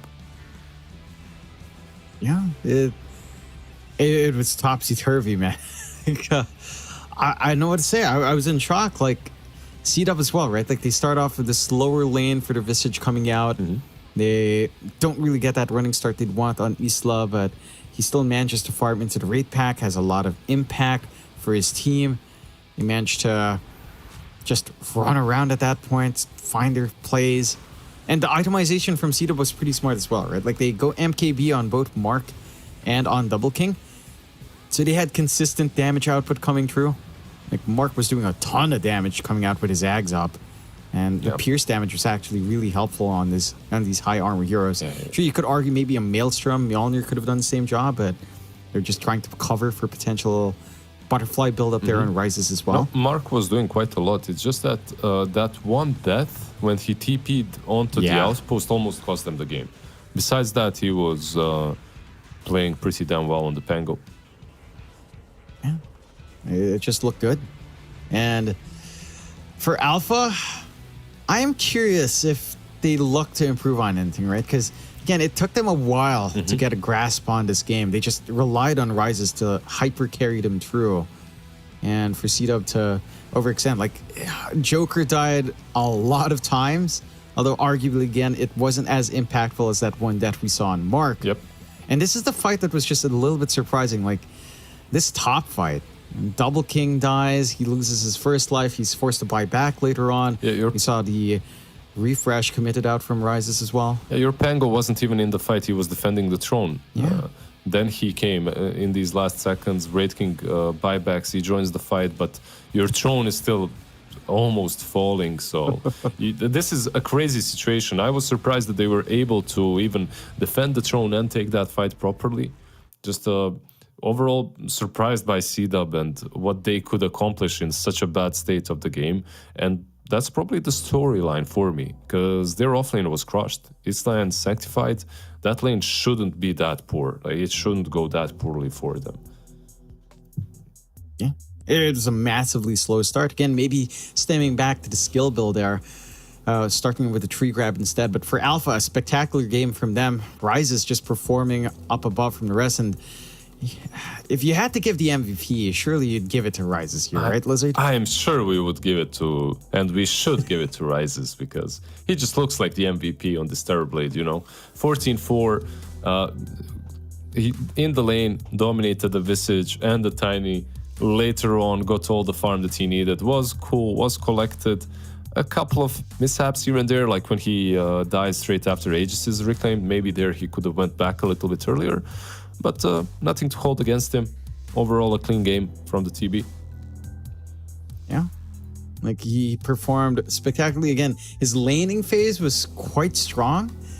And I'm wondering if they dip into the Terrorblade again. I wonder if that's going to be something that C-Dub will look to ban out. And speaking of C-Dub, going into that next game, Lizard, before we go on a short break, like, what do you feel like C-Dub should gun for to improve on for game 2? Just play the lanes a little bit cleaner if you're going for high tempo lineup.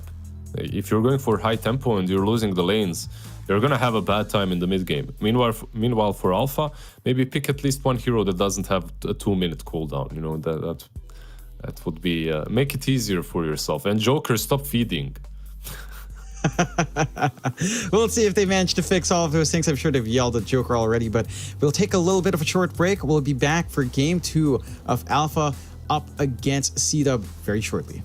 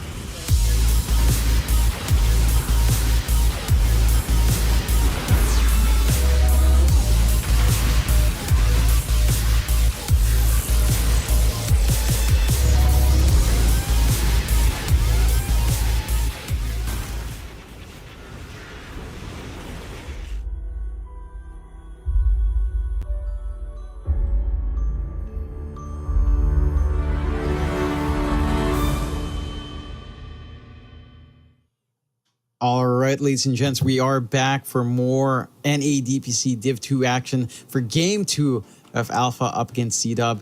And a really back and forth first game coming out there, Lizard. A lot of stuff happened. A lot of kills were on the board. We saw some, you know, I'm sorry, I was just reading lobby chat. Joker was just saying, tip me more this game. He really had a bit of a Joker moment where he broke.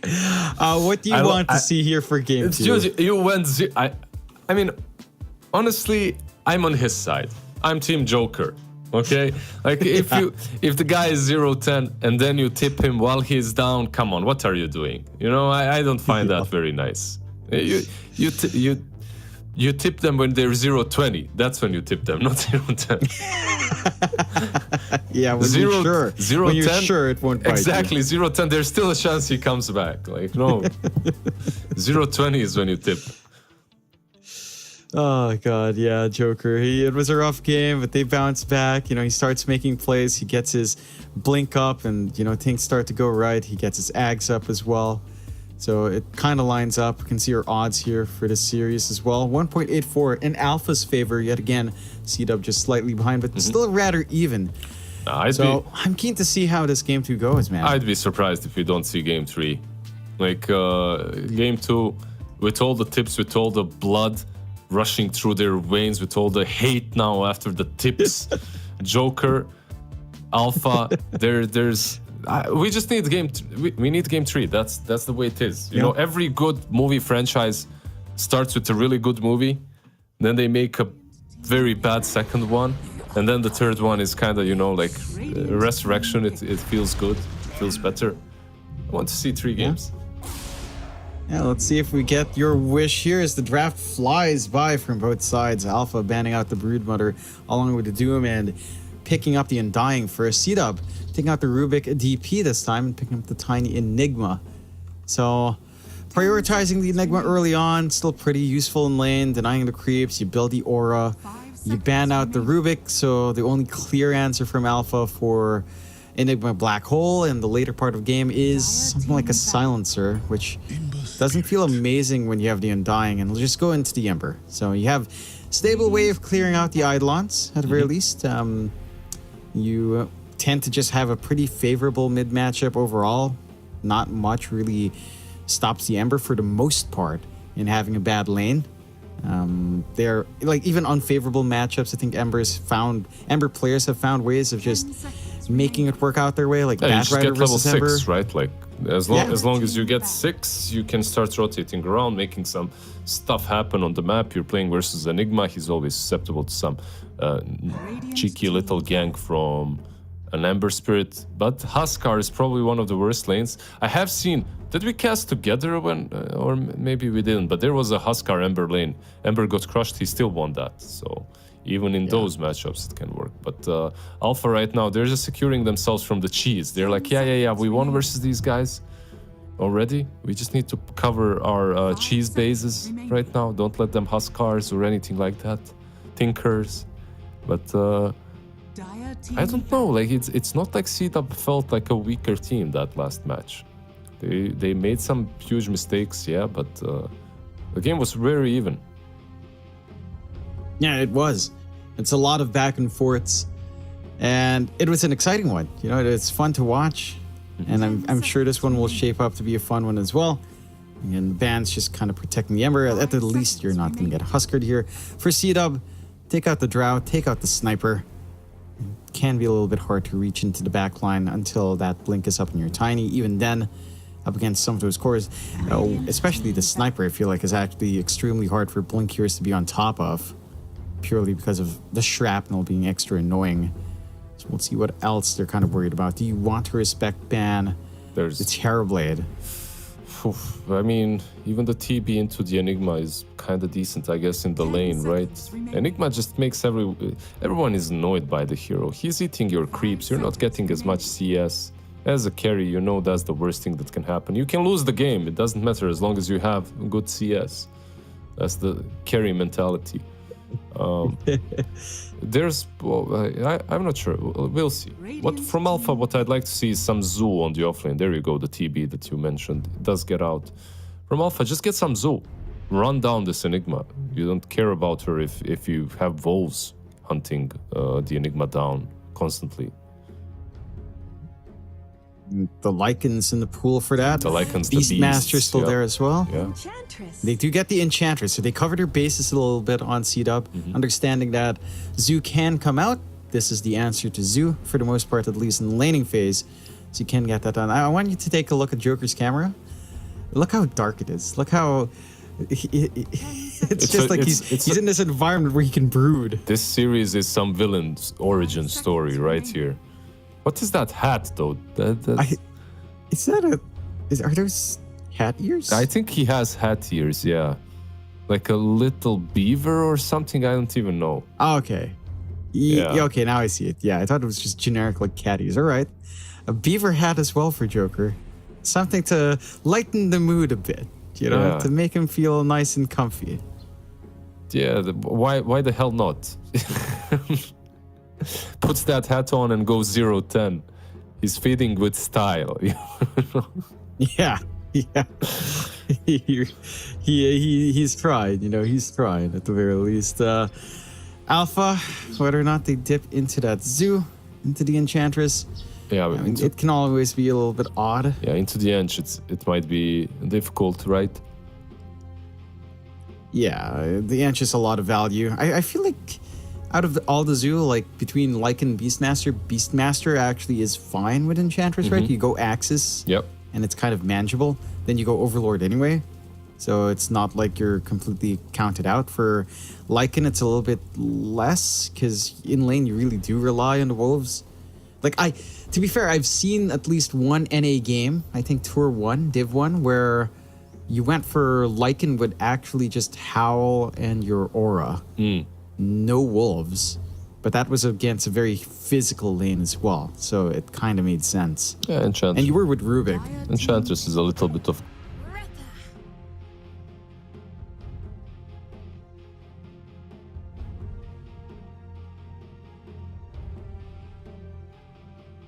Radiant team pick.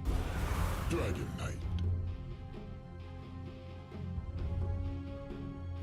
A Dragon Knight. Okay, so this now makes me wonder, where will they put the DK? Where will they put the Emperor? Will this be some duo on the offlane, like Hoodwink plus Dragon Knight? 10 seconds remaining.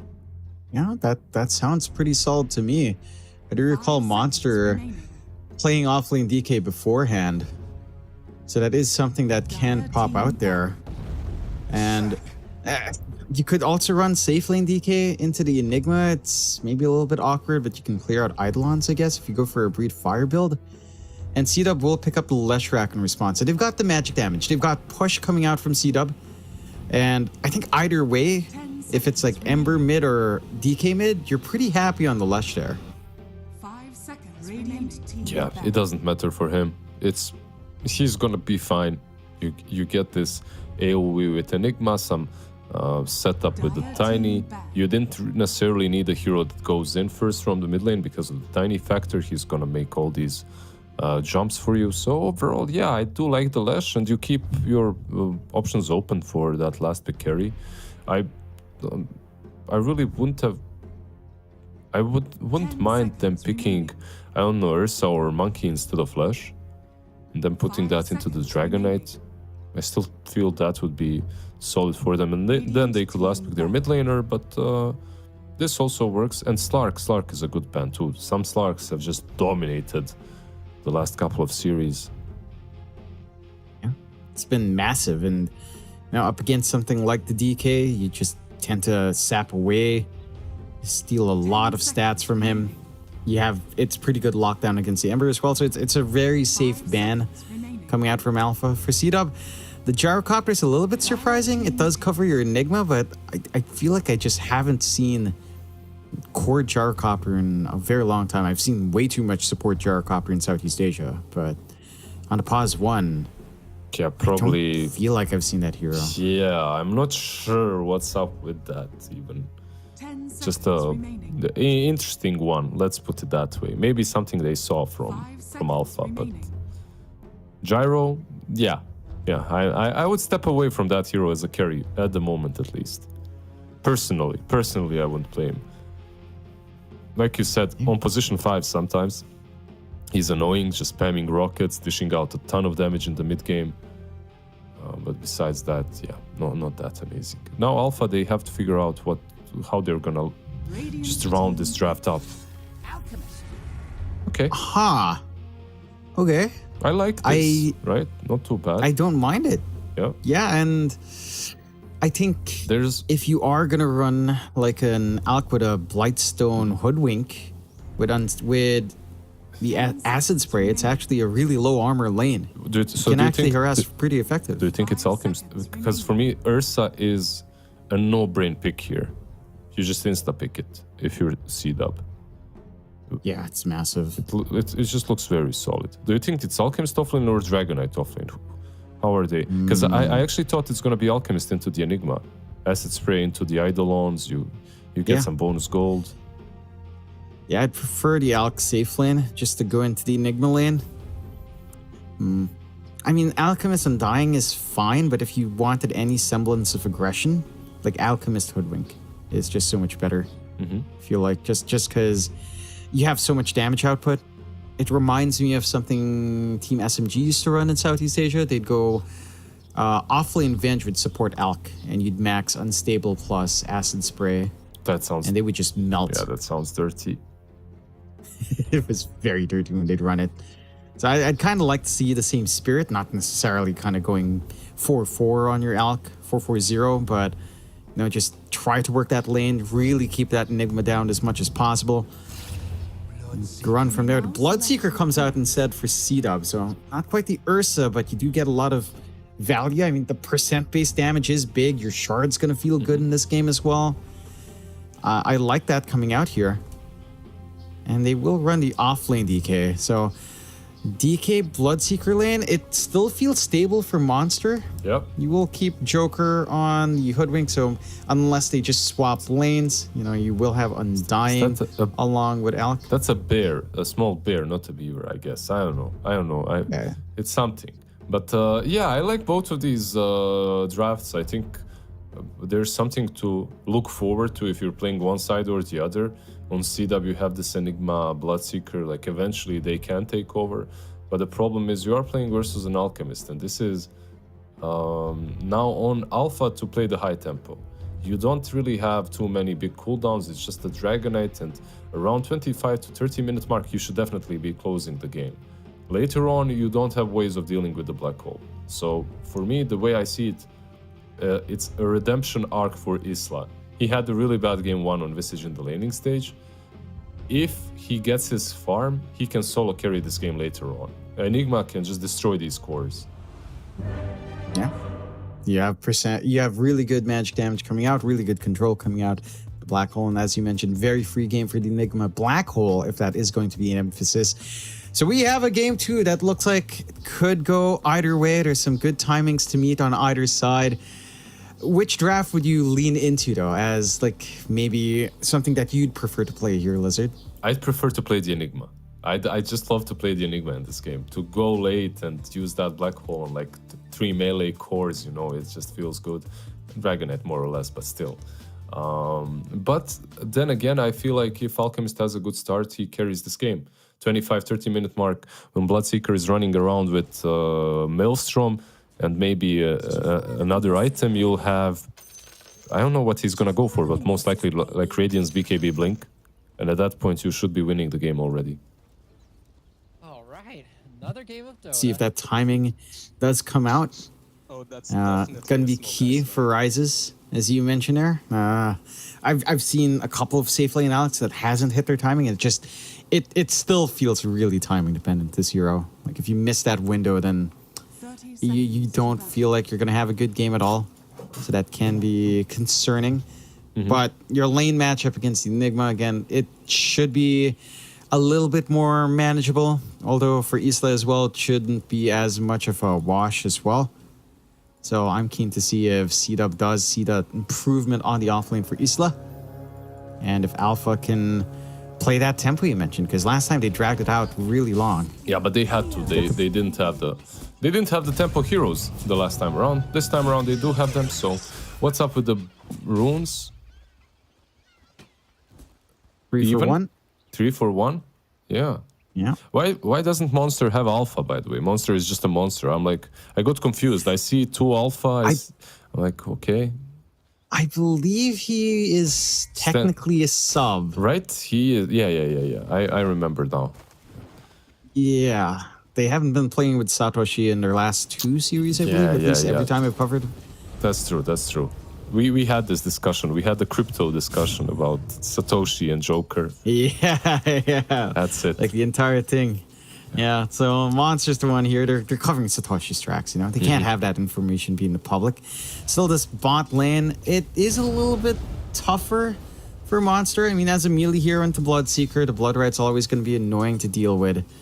Industria's just applying free harassment onto you as well. Joker also doesn't go for the Blightstone start, so his right-click harassment isn't as big as it could be, but every time you land a Bushwhack, it does feel decent. You know, it's not that high of a mana cost. He has 3 mangoes ready, but you have no relief for Monster. So a strong start for Double King to build up into here in the bot lane. And as you mentioned, like if he hits his timings as well, running around with Phase Boots, Maelstrom, +1, maybe a BKB and Shard, then this Bloodseeker has a great game lined up, even from the mid game at that point. Yeah, he can mess the Alchemist timing up a little bit if he's the one just running around together with Lash. We'll see. I think it's kind of harder for CDUB to play this game overall, to figure out what their timings are and when they should be connecting. Lash, it's on Lash to set the tempo of the game, to just rotate around, take one tower after another, right? Like use that Edict and on your Enigma to build some utility. The problem that I see for Isla here is you need utility for your team, right? It's what's expected from an offlaner right now. But going greedy in this game is just so juicy. It's very tempting. Yeah. I mean, it just feels good, right? To get those big plays going for your team. Whether or not Isla kind of wants to do that is a different question. Say, do you drop the Tombstone? They had a lot of the case on Isla. He's melting from that acid spray. And they just find that kill with right clicks. Sanctified, not safe here either. 0 armor hero. Unstable, cleans up. What's happening with their lanes? They really need to work on the laning stage. Second time in a row, CDUB is just getting pummeled in the laning stage. Yeah, I mean, at least Isla's lane, I think, arguably. Yeah, Isla's lane. Pretty That's well. That's what I meant. Double King. That's what I meant. Yeah, Isla's lane is really struggling. It's a bit shaky. He has the buckler up. So a little bit more EHP coming out here at the least. You're not going to completely melt to the acid spray or not melt as bad. But you're giving this great start to the Alc. That Radiance timing you mentioned doesn't feel like Rises will be too far away from it. You know, it should be pretty on point this game. We'll see if Isla finds a way to kind of recover, play his lane. Because so far, I mean, a 2-0 start for Alpha. A much earlier kill is coming out as well. He They are recovered looking to play tempo. Yeah, he recovered the last time. That wasn't the issue. The problem is TB had way too much. And in this game, maybe you're going to be punished even harder because you're playing versus an Alchemist. If you give him a free lane, on top of the fact that he's an Alchemist, yeah, you know, it's hard to recover after that. You know, one big brand analyst said one long time ago, he said, if there's an alchemist in the game, it's an alchemist game, you know? Yeah. Have to adjust to It it. becomes that. Yeah. You have to respect it and kind of play against it, or, you know, understand what you have to do against it. Still, the mid lane, which we haven't really looked at too often, it's going fairly even. Like They're diving him. They're diving Isla again. They've got the Unstable out onto Sanctified. They're not under the acid spray, so this isn't as painful. Okay, this is crazy. And Tombstone's pretty far out as well. Yeah, at the end, this was a little bit crazy. But if they re-engage, I think that, yeah. Exactly. They got the stun and Sanctified. Acid sprays back down. Look at the right-click damage. just so much, and just one decay cleans up, and Rises is fine with that. Again, Isla, I mean, he doesn't die at the least, but all this EXP, all this gold flowing the way of Alpha is I'm just not so good. shocked that they re-engaged there, that they went for the tombstone, because it was kind of obvious what's going to happen after.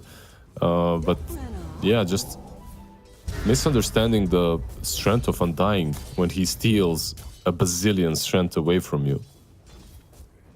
Yeah, like it's the old meme with Undying, right? When offlane was really just a suicide lane, quote unquote. You just run in there and you just decay and you just win lane. You know, you enjoy playing into these clump ups so much that you don't want to commit that hard. Your EHP is not that high in C-Dub in the offlane as well to try to dish it back Just to imagine that duo. playing Tiny into Acid Spray is never fun. Yeah. Playing Tiny into Acid Spray is never fun, and playing Tiny into Acid Spray and Decay is even worse.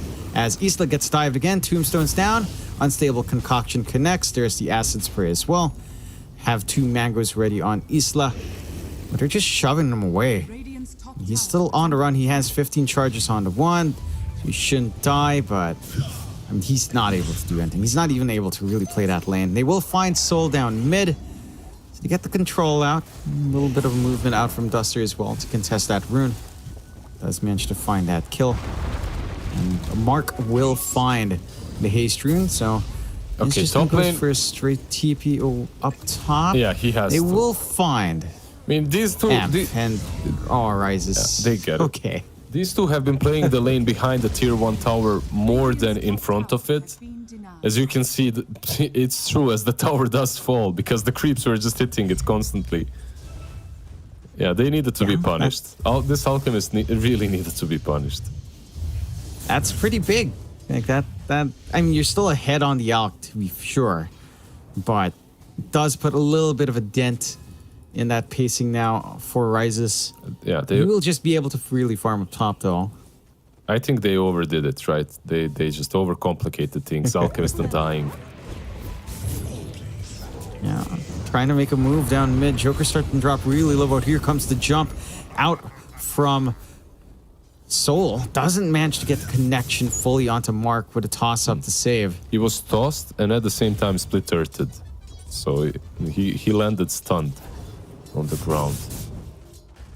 By the way, toss should stun you. You know, when you fall from some high places, you know, when you fall from, I don't know what's the highest Z axis in Dota, but Yeah. toss really Should brings. hurt. It should hurt. It should stun you a little bit, maim you at least.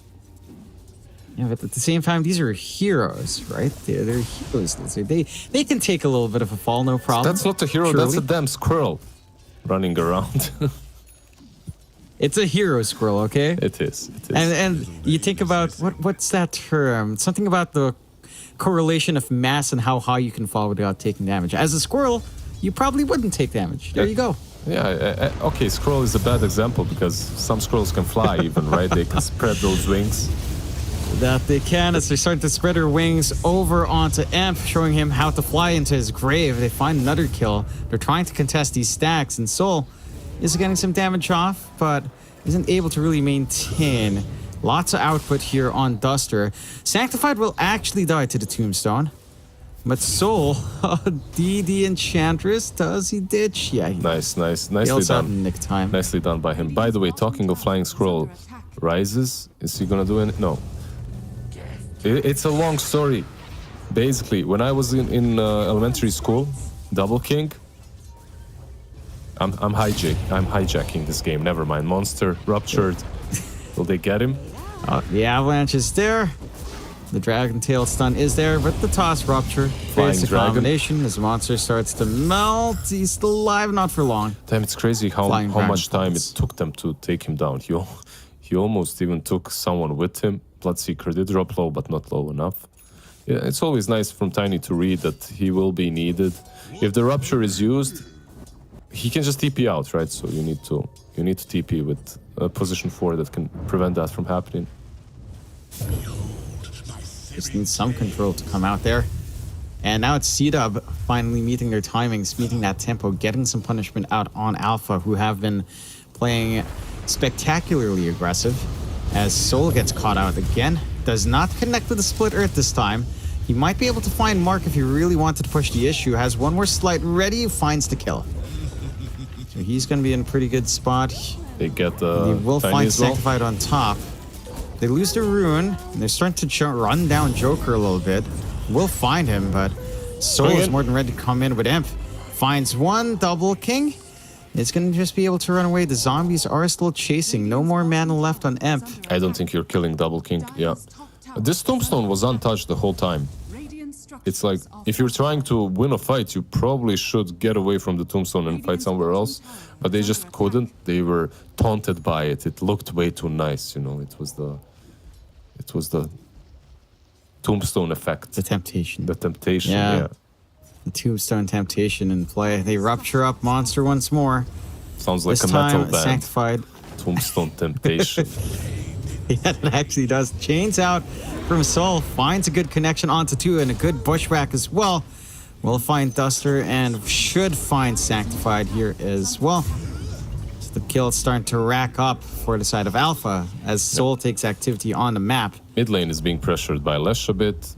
So at least that's something, but overall the tower's heavily in favor of Team Alpha as they took down the tier 1 on top. Bushwhack just a little bit short, but they'll still commit. Lots of magic damage coming out from Mark, though. And Rises doesn't quite heal through all of it too safely. So the mid-tier 1, just one tiny Diabolic Edict use away from falling apart. And not going to be able to really keep it up standing for all too long. C-Dub, if they find the mid, it feels a little bit better. They still need to, make moves onto top tower as well to start to invade this jungle. Because with these towers standing, Rises, his Radiance timing is going to be on point. Yeah, you can't approach him. He is just uncontested. Exactly. You can't do anything about him. He's just farming the jungle, chilling. All his tier 1s are up, so he should feel fairly safe. There is a tiny Nance rotating into him, but he sees that with the ward, so he can even just continue farming, it seems like. Okay. He does queue up the stun. Should be fine. Yeah. He's no problem for him. TP was in as well, just in case, but cancels and just pops the ult. And he will have his full Radiance up soon. That's scary. It's not going to be touched. They also get a shove in mid. Monster's just allowed to solo push. Yep. With no TP rotations from the support, so surrendering more map control over. They find the top, but losing your mid, you get invaded down bot, and Double King will run out of space. At least with the tier 1 top taken, now they can invade the jungle a little bit.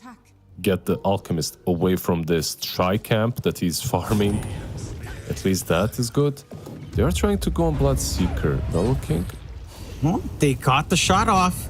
One little remnant play from Soul. He cleans up the Double King. Okay. So it's racking up. They invade bot with a mid gone. Rises us all by himself up top. Doesn't quite have the Chemical Rage up yet, but the Radiance, the miss chances. And kind of messing up Duster there just a little bit. So not really able to fully commit onto the Alk now. You are seeing Mark go for the slow and steady farm in the Ancients. Smoke up. Clearing out with a level 1 Pulse Nova. A little bit of a slower progress, but it will eventually flow his way. Just trying to hit that Bloodstone timing. He needs it. I'm not sure how exactly they fight at this point. They need a really nice Enigma Black Hole. How far is Tiny? He's on 1,000 gold. That's the problem. They need some sort of initiating. And they don't have it right now. The only way they fight is if they counter. Like they go on you and then you counter play them somehow. That's what we've been seeing out from C-Dub. Like they've been punishing some overextensions from Alpha, but Alpha stayed a little bit more disciplined since then. And even if they can take over the top jungle, Rises still has these ancient stacks, these 2 camps to play with here that the Alk does enjoy very, very much. Going for the BKB next now as they'll go for a smoke play out here. Amp, Joker, and Soul grouped up here. They know where they're playing up top. They've got this Arcane Rune for Soul to spam out as well. Sanctified would not be too hard of a target to find. They get the lock in. The damage is out. The blink forward for Monster finds a bigger one in Isla. We'll try to TP out, but the root's still there. They're and falling 2 apart. for Soul. Yeah, they're just falling apart. They're unable to play the game on C-Dub. It's a bit rough. They need to... I'm not even sure. At this point, maybe you'd make some sort of a crazy smoke play. Because you're 6k behind. You're playing versus an Alchemist, sure, but... It's not looking good. No, He's about to finish, definitely not. Yeah, he's about to finish the BKB after one more wave. Ember is telling him, leave that to me, bro. I want that farm. Get away. Get away. Yeah. No. No, Alchemist always takes the farm. Yeah. But he is trying to scout. He's in a very forward spot. Not going to be able to jump. They're not going to commit on to the Alk. It just feels like such a tough here to jump. Although Chemical Rage is down, that does feel like your window. And if they caught him before the BKB is fully assembled, could have been their opening here from the side of C-Dub. So they miss out a little bit on an opportunity. So much value out from the Alk just finding these skeleton summons. So we'll get the jump out onto Joker. But here comes Soul in the middle of everyone. Has his full blade mail up. Can they find something? They get the stun out onto Mark. That's a big one in the back. As Rises runs up with his own unstable concoction. BKB at the ready. Dragon Tail out onto Duster. Not the big kill you'd want. Toss forward onto Rises. The BKB saves him as well. As Isla Black hole? can't... Oh, he will commit the black hole. Ranged burn isn't quite enough to melt him, but he falls anyway. Rises starting to drop so low. The mischance saves him. The Radiance miss It's keeps him insane. alive. Soul, blade mail running around, kills off the Bloodseeker with a rupture Insane. and a shot out. They're the finding wipe. everything, a full team wipe. Oh my god, what happened? Oh, and a regen for Soul. Everything you could ask for. That's just nasty. The region they're waiting, but the black hole, you know, like I could see it. Yeah, you're black holing, you're TPing in at the same time. Maybe you can take down the Alchemist. He's under the tier 2. He's tanky, he's big, but he's not that big to do whatever he wants no, to. Mark, he just respawned. Blade mail active up with the burn damage going on, and Mark's just gone. Straight back to the grave after the respawn. Okay, they need to chill out. Like, this is a disaster, but they can still somehow play the game. They have Greaves on Isla, like, they have some utility. I'm lying to you and myself, aren't I, John? It's a little bit of coke. Yeah. I'm used to that, you know. Huffing and you cover puffing. enough NA games. Yeah, you huff. gotta huff a little bit. Yeah. You huff the good stuff. It's a little bit rough for C-Dub. For Alpha, though, I mean, the fact that Soul knew he'd live through that rupture and just kill off the Bloodseeker instead of the Blade Mail, that's pretty sickening. That was really dirty onto Double King. You have no counterplay as well as a Bloodseeker. You just die. Yeah. DD as well. Oh, they're still going? Monster finds Sanctified and another shot out from Joker. He is definitely not having a Joker moment now. Or this is the conclusion of the Joker moment when he just feels better as they jump onto Duster with a stun. That DD coming Melts. into play, yeah. Oh, man. 91% win rate. 18 minutes in. Yeah, it's pretty rough for the side of C-Dub. Look. I don't see any GGs happening. So just chill. We're going to see this game going on, you know. Yeah. They have Enigma. Maybe this is the timing. Yeah, they have Enigma. Bloodstone up. They know there's a they've- blink eventually. Black hole. There we go. He's going straight for the blink. No, go for it. There's nothing to stop you. As long as you catch most of the stuns in the game, even without BKB, you might get some value out here. Alpha, though, not going to wait for that. They smoke up. Rises does lose his smoke trying to go for the camp. Double king. Everyone else still flanking. Double king. Now they'll go for Duster instead. So they miss out on a Bloodseeker kill. The shot does not track. Did they not see him? Kings. They went for Ench instead. Yeah, I think they missed out right on the edge of vision, but there comes Soul. Root is out, Blade Mill up as well, dodges out the silence, and Monster comes with a blink.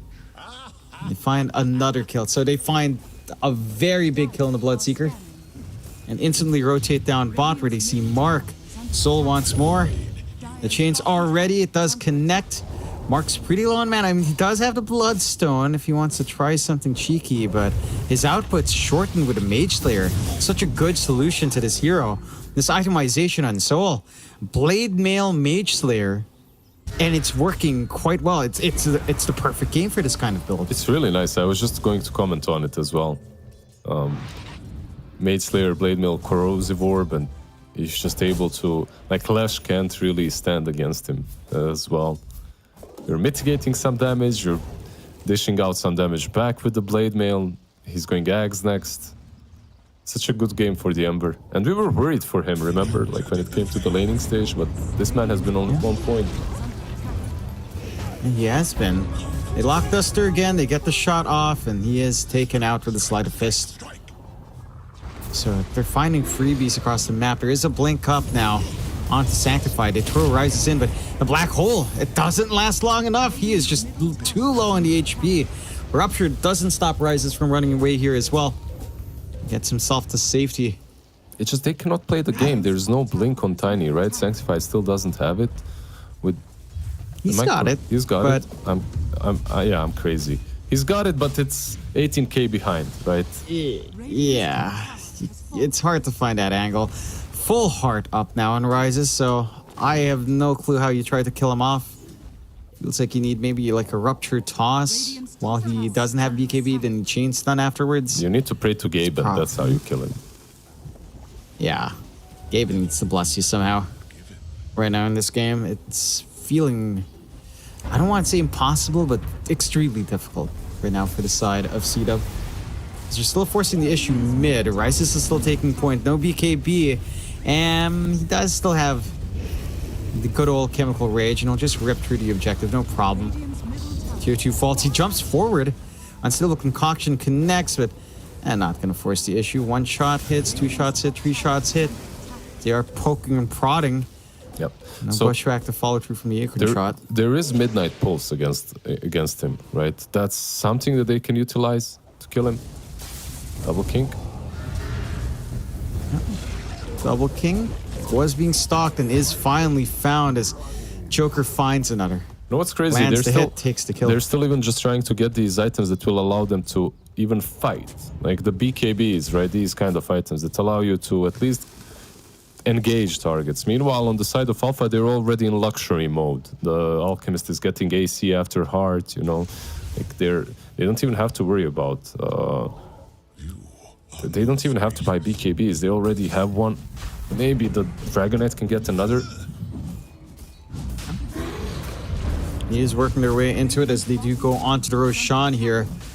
No Black Hole for still a lot more time for Isla, although the Blink is up on our Enigma as well, but timings don't line up. And the Roshan will be going for free for Alpha. First stages of the game here in game number 2.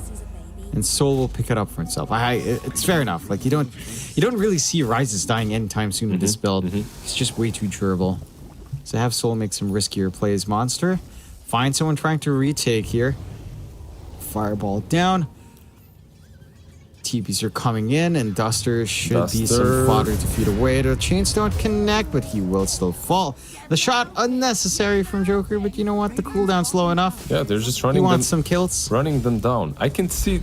I really cannot see any way in which they come back. Sure, but maybe a maxed out Midnight Pulse with a full duration Black Hole can kill off the Alchemist. Yeah. His HP starts working against him, right? Like the percentage-based damage is big, but yeah, it's probably not gonna happen. Does the Mage Slayer affect Midnight Pulse?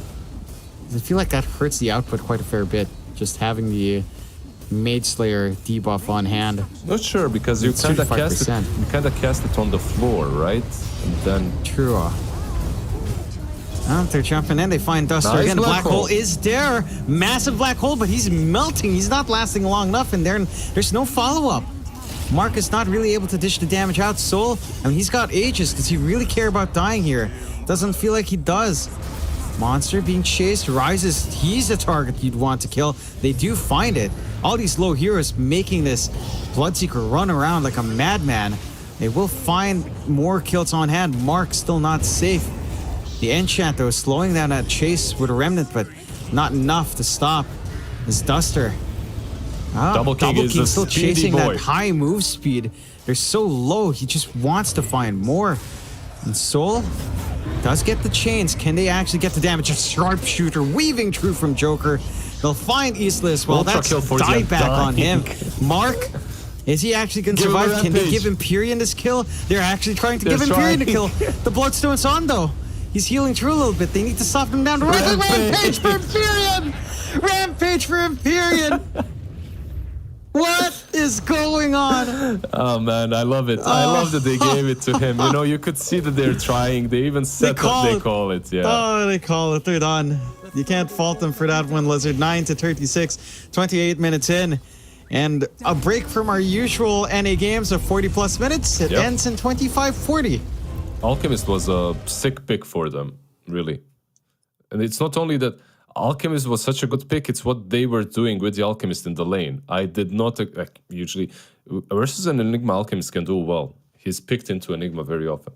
But at the same time, he shouldn't be doing that well. Like, they crushed the lane twice in a row on that safe lane, and in the second game, the lane crushing was a little bit more significant for the whole game. Yeah, it is just a rough game for C-Dub in both counts, especially for Isla, right? Like, his off lane just didn't manage to get off to the start that it wanted to in both games. And that differential here just felt massive because it's against it's against that tempo that Alpha had to play around this time around. For the side of Alpha, though, this win cements them in that top 3 position, right? This drags them up there to be 3-1 along with Tilted Boys, right along there with Sand King Gomez as well, and theoretically in the running with the Cut as well. As they are 3-2, they're in a riskier spot, but if Tilted Boys and Alpha do take a loss some point in the future, then that's when their standings can kind of open up. But this was a rough game.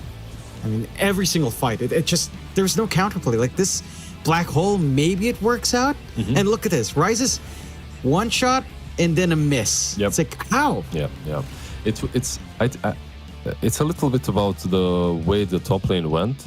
That wasn't perfect for sure, but it's also about the draft a little bit when it comes to C-Dub. It was too much on Lash. Like, he just had to be everywhere on the map. He had to be making the plays, pushing as well. And they were a bit too static. Like, you have this Enigma, Lash, and Bloodseeker. These 3 heroes never do anything together early on. And you're playing versus an Alchemist. You need to play the tempo, but you can't play the tempo. So eventually, Rises, he just took over. Well, not eventually, he took over from the get-go. Like, the laning stage is where he was, where his dominance started already. Yeah. And it looked like they could have maybe played towards the late game. That timing, let's say the black hole. And Alpha did make this last fight a little bit challenging by staying really low and still forcing the fight. But even then, they don't find a punish that they want to. Like, Double King is just running around doing what he can. But this is the moment where we get Empyrean with his rampage. Okay, I was checking kill? with Empyrean. Yeah, let's go. How does he get? Let's see here. How does he get all the kills? I'm wondering. Wait, is this it? This is the. Yeah, this is the one. This is just, the one. It takes a little bit longer. It's a long ass fight. Whack. So he gets the one there. It's a triple. It's all the buybacks coming in. Gets the right clicks to find another, and then they get really patient here. Yeah, this is. They get really patient because it's like, all right, the Like, Bloodstone's up. I need a little help, guys. Most teams after he started Bloodstone would have killed him, but they left him. They left him for the Undying. I just pinged up Empyrean because he's a friend all the way back from Echo League Gas. And hey, Empyrean God, he was screaming at his team to give him the rampage. I can imagine that in his voice. And Alpha, a spectacular game for them once more. They have a fantastic time in game 2, a lot faster, especially considering the average game length here in NA. If you had to give the MVP out here, who do you reckon deserves it? I mean, who was streaming at his team again? It was Empyrean. Give that guy an MVP, please. I think. On the Undying. I mean, to be fair, right? Like, even outside of that rampage, the top lane was so balls to the wall, right? Like, he kept running up on this Undying, dropping these tombstones, zoning out Isla so damn hard. Like, his impact was felt. And this is an Undying with what? Boots of Bearing Force Staff. It doesn't even matter. He got that before the Rampage as well, obviously. Yeah. He had a lot of farm. Like, in that mid-game, he was already running with drums. Mid-game, I mean, minute 12. He had a ton, and if you think about it, he was a part of every single fight, right? Whenever you see a fight happening, there's a tombstone there, and the Undying just doing a lot of work. All of them really did step it up in the second game. They played a much cleaner game, but Undying a part of every single team fight, it felt like.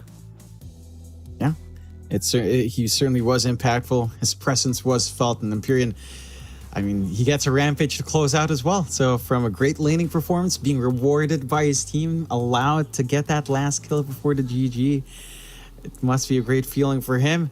And it must be a great feeling overall for Alpha, as we will get to have a Winter's interview with Joker, good old Sabo 666 himself. Joker, how are you doing? How are you feeling after that series? Good. I'm tired, to be honest. It's whatever. All right. I mean, it was quite the series. Game 2 was pretty active. I want to get into your head a little bit about Game 1 here, Sabo. Like, what happened in Game 1? What happened to you? It looked like a rough game for you. What happened, buddy? Yeah, I mean, I fell asleep and then woke up right at 6 o'clock. I got on, joined the lobby, joined the game. And then, I don't know. Honestly, I can't explain. I felt like no one was doing anything, so I was just trying to farm some creeps, and they kept killing me and tipping me. So, that happens. That's life. It does happen. That is life. That is the way Dota 2 goes. I'm curious about how the team was kind of working, especially in that Game 2. Game 1, I mean. Game 2, it looked like a lot smoother, a lot more coordinated. In Game 1, it was a little bit more back and forth. What was the mindset as that game started to drag on towards the later part there for Game 1? I feel like it was just really focused around getting the Roche. I feel like whoever got Roches in that game was probably just going to take over because they just start adding up at some point. So, yeah, I mean, they're just chasing me around the whole time, tipping me, killing me, and all my cores are free farming. So, I mean, it was chill. Certainly was. Lizard, you got anything for Joker? I don't know, man. Like you got tipped there. It looked really rough, but did you harness some energy for Game 2 off of that? Did it become personal? No, it definitely didn't become personal. I mean, honestly, I really don't care. I was laughing the entire time. Every time I died, I was just laughing, just having fun, enjoying the game. I mean, they're really easy, so why would I care? Oh, okay. I see. Okay. I see. All right. I mean, that's what I like to hear. I could be 0-20 and we'll still beat them. So, I mean, I get it. What about other teams? Are you gonna beat other teams as well? If you can share some more insight. What do you think? How strong are the other remaining teams that you have to match up against? So what do we have left? We have Ant. We have SKG. You guys have and Oversight. I think SKG is probably the best team we have left. We're definitely not underestimating the other teams, but yeah, I feel like SKG is probably the best remaining team, and we'll plan for them, do our normal stuff, and just play Dota really. Okay. And what's up with the hat, by the way? One last question from me. This is what I was using to sleep. It's for the sleep. The eye mask. I see, face mask. It's very cute. I like it. Yeah. I was actually doing that during the game. It was no joke. Because I was dead the half the game. So at some point, I was just sitting back in my chair after I bought back and died with it on, just chilling. All right. The life you gotta do what you do. The life of a professional e-gamer, right? Always gotta be ready for that downtime. The good life. Yeah. The good life. Now, I have a couple more before I let you go here, Sabo. In Game 2, we noticed that you guys did give Empyrean the Rampage. Was this a willing giving of the Rampage to Empyrean? Did he yell a lot for it? Well, why did you guys end up Yes. giving it to him? Yes, it felt he like, did. maybe He the last did. track with Bloodstone rose up. How He loud did literally, he yell? he actually yelled. He actually yelled, like pretty loud. I don't think I've ever heard Empyrean with like that much emotion in the entire series. He actually yelled, and we just all started laughing and tried to give it to him. It was really funny. no, like I was actually pissing myself. It was hilarious. Yeah, I don't think I've ever heard him yell, and that this was way before he was a pro, and he was much more of a degenerate. So, hats off, you got to experience something unique there. I do have one. Before letting you go here, Sabo, you guys have had a fantastic run so far here in Tour 2. There's still a few more games coming up, but you guys are looking to be in fine form. Is there anyone you want to kind of give a shout out to? Is there any socials you want to give a call to for people to follow? Because you guys look good. I'm sure there are people out there who want to support you. I mean, not really. I don't think we have any socials. And most of mine are private. I don't really want Dota people following me anyway. So, yeah, nah. All right. Any shout out for the fans at least before we let you go here? Yeah, shout out the fans. The 5 fans or whatever we have. Shout out the fans. Shout out, All right, shout out Sabo, everyone's thank you very family. much. Those are our fans. The families. There you go. Good for them. There you go. Thank you fans. very much, Savo. Yeah. It's always good talking to you. I haven't talked to you in a while. I'm glad to see you doing well, and hopefully I'm you guys glad keep to that be momentum back. up I'm in the glad to DPC. be back, man. It feels good. Everything that went down was pretty messed up, but I'm happy to be back. I'm happy to be playing. I deserve to be back, and I'm back. Yeah, you definitely do. So congratulations to you, and we'll catch you guys next time. Thank you. Bye-bye. Bye bye. Thank you. All right. I mean, you see Joker, Sabo, he's a cheery fellow, isn't he? He deserves to be he's back. super chill. He's back. Shout out to all your fams and fans. Like chilling. Yes, chilling, sleeping in during a match. Yeah, why not? Why not? I mean, the amount of times that I've seen my teammates die and then alt tab to go to Facebook to talk to a girl or a friend.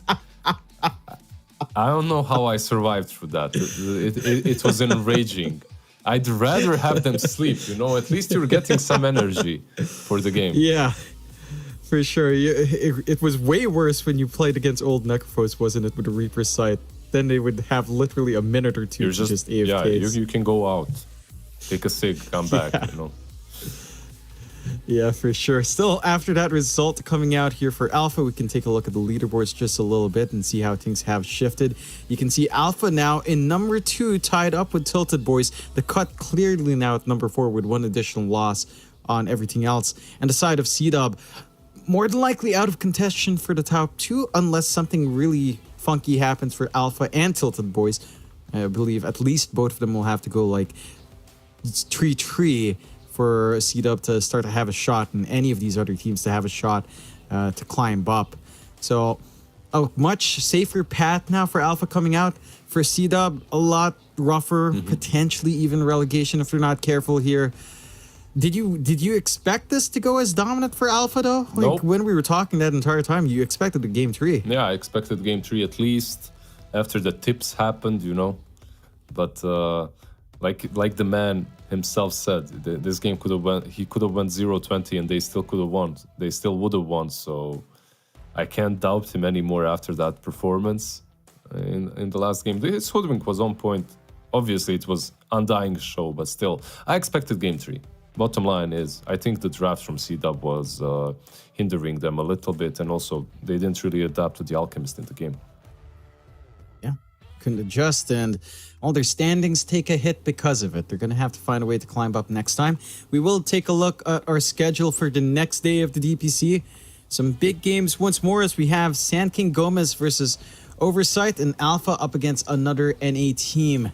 So this one, it's going to be interesting, right? Because it's pretty much your top 2 facing off against other teams here. And you still don't want to be able to drop Sears, of course. You want the smooth ride to come out here for the side of Sand King Gomez. You want Alpha as well. You don't want to get any additional losses. That does put a little bit of a lead up for Tilted Boys. Which one are you more excited out of these two series, Lizard? I think the second one is maybe a bit closer, but I'm not sure. It's NA. Once again, anything can happen. Sand King Gomez, I believe, are the favorites for the first series. For the second one, perhaps Alpha a little bit, but really anything can happen and can take that series just as much. So I'm excited a bit more for the second one, perhaps, just because of the series being a bit closer. Yeah. And it wouldn't be too far off until we get that. Of course, it is a shorter day, so we're going to have to close the show here. But before we close out, always remember a shout out to our partner as well, esportsbet.io. They've just launched an exciting new way to earn free tokens. With their brand new Watch to Earn feature, you can now earn 3,000 tokens, which is worth about $3 USD per hour by simply watching your favorite DPC matches on esportsbet.io. It's really easy to get started. You just log into your esportsbet.io account, go to their Watch to Earn platform, and start watching your favorite matches. You'll earn tokens automatically as you watch with no additional action required. And you're already watching the DPC. Again, there's a lot of great matches. If you're watching anyway, you might as well try Watch to Earn and get some tokens flowing your way. But it's been a great day of Dota here, Lizard. Always happy to have you around. Rather unfortunate that we only have one series today. Gives us a little bit of a break from the excitement. You know, that one series was more than enough excitement for both of us. We got an undying rampage. I think we're both satisfied, right? Yeah, very satisfied with that. And with that, that is the end of today's games for the NADPC for Div 2. Make sure you come back for the rest of the games next time. It's John Xfire here with Lizard. We'll catch you around next time as well.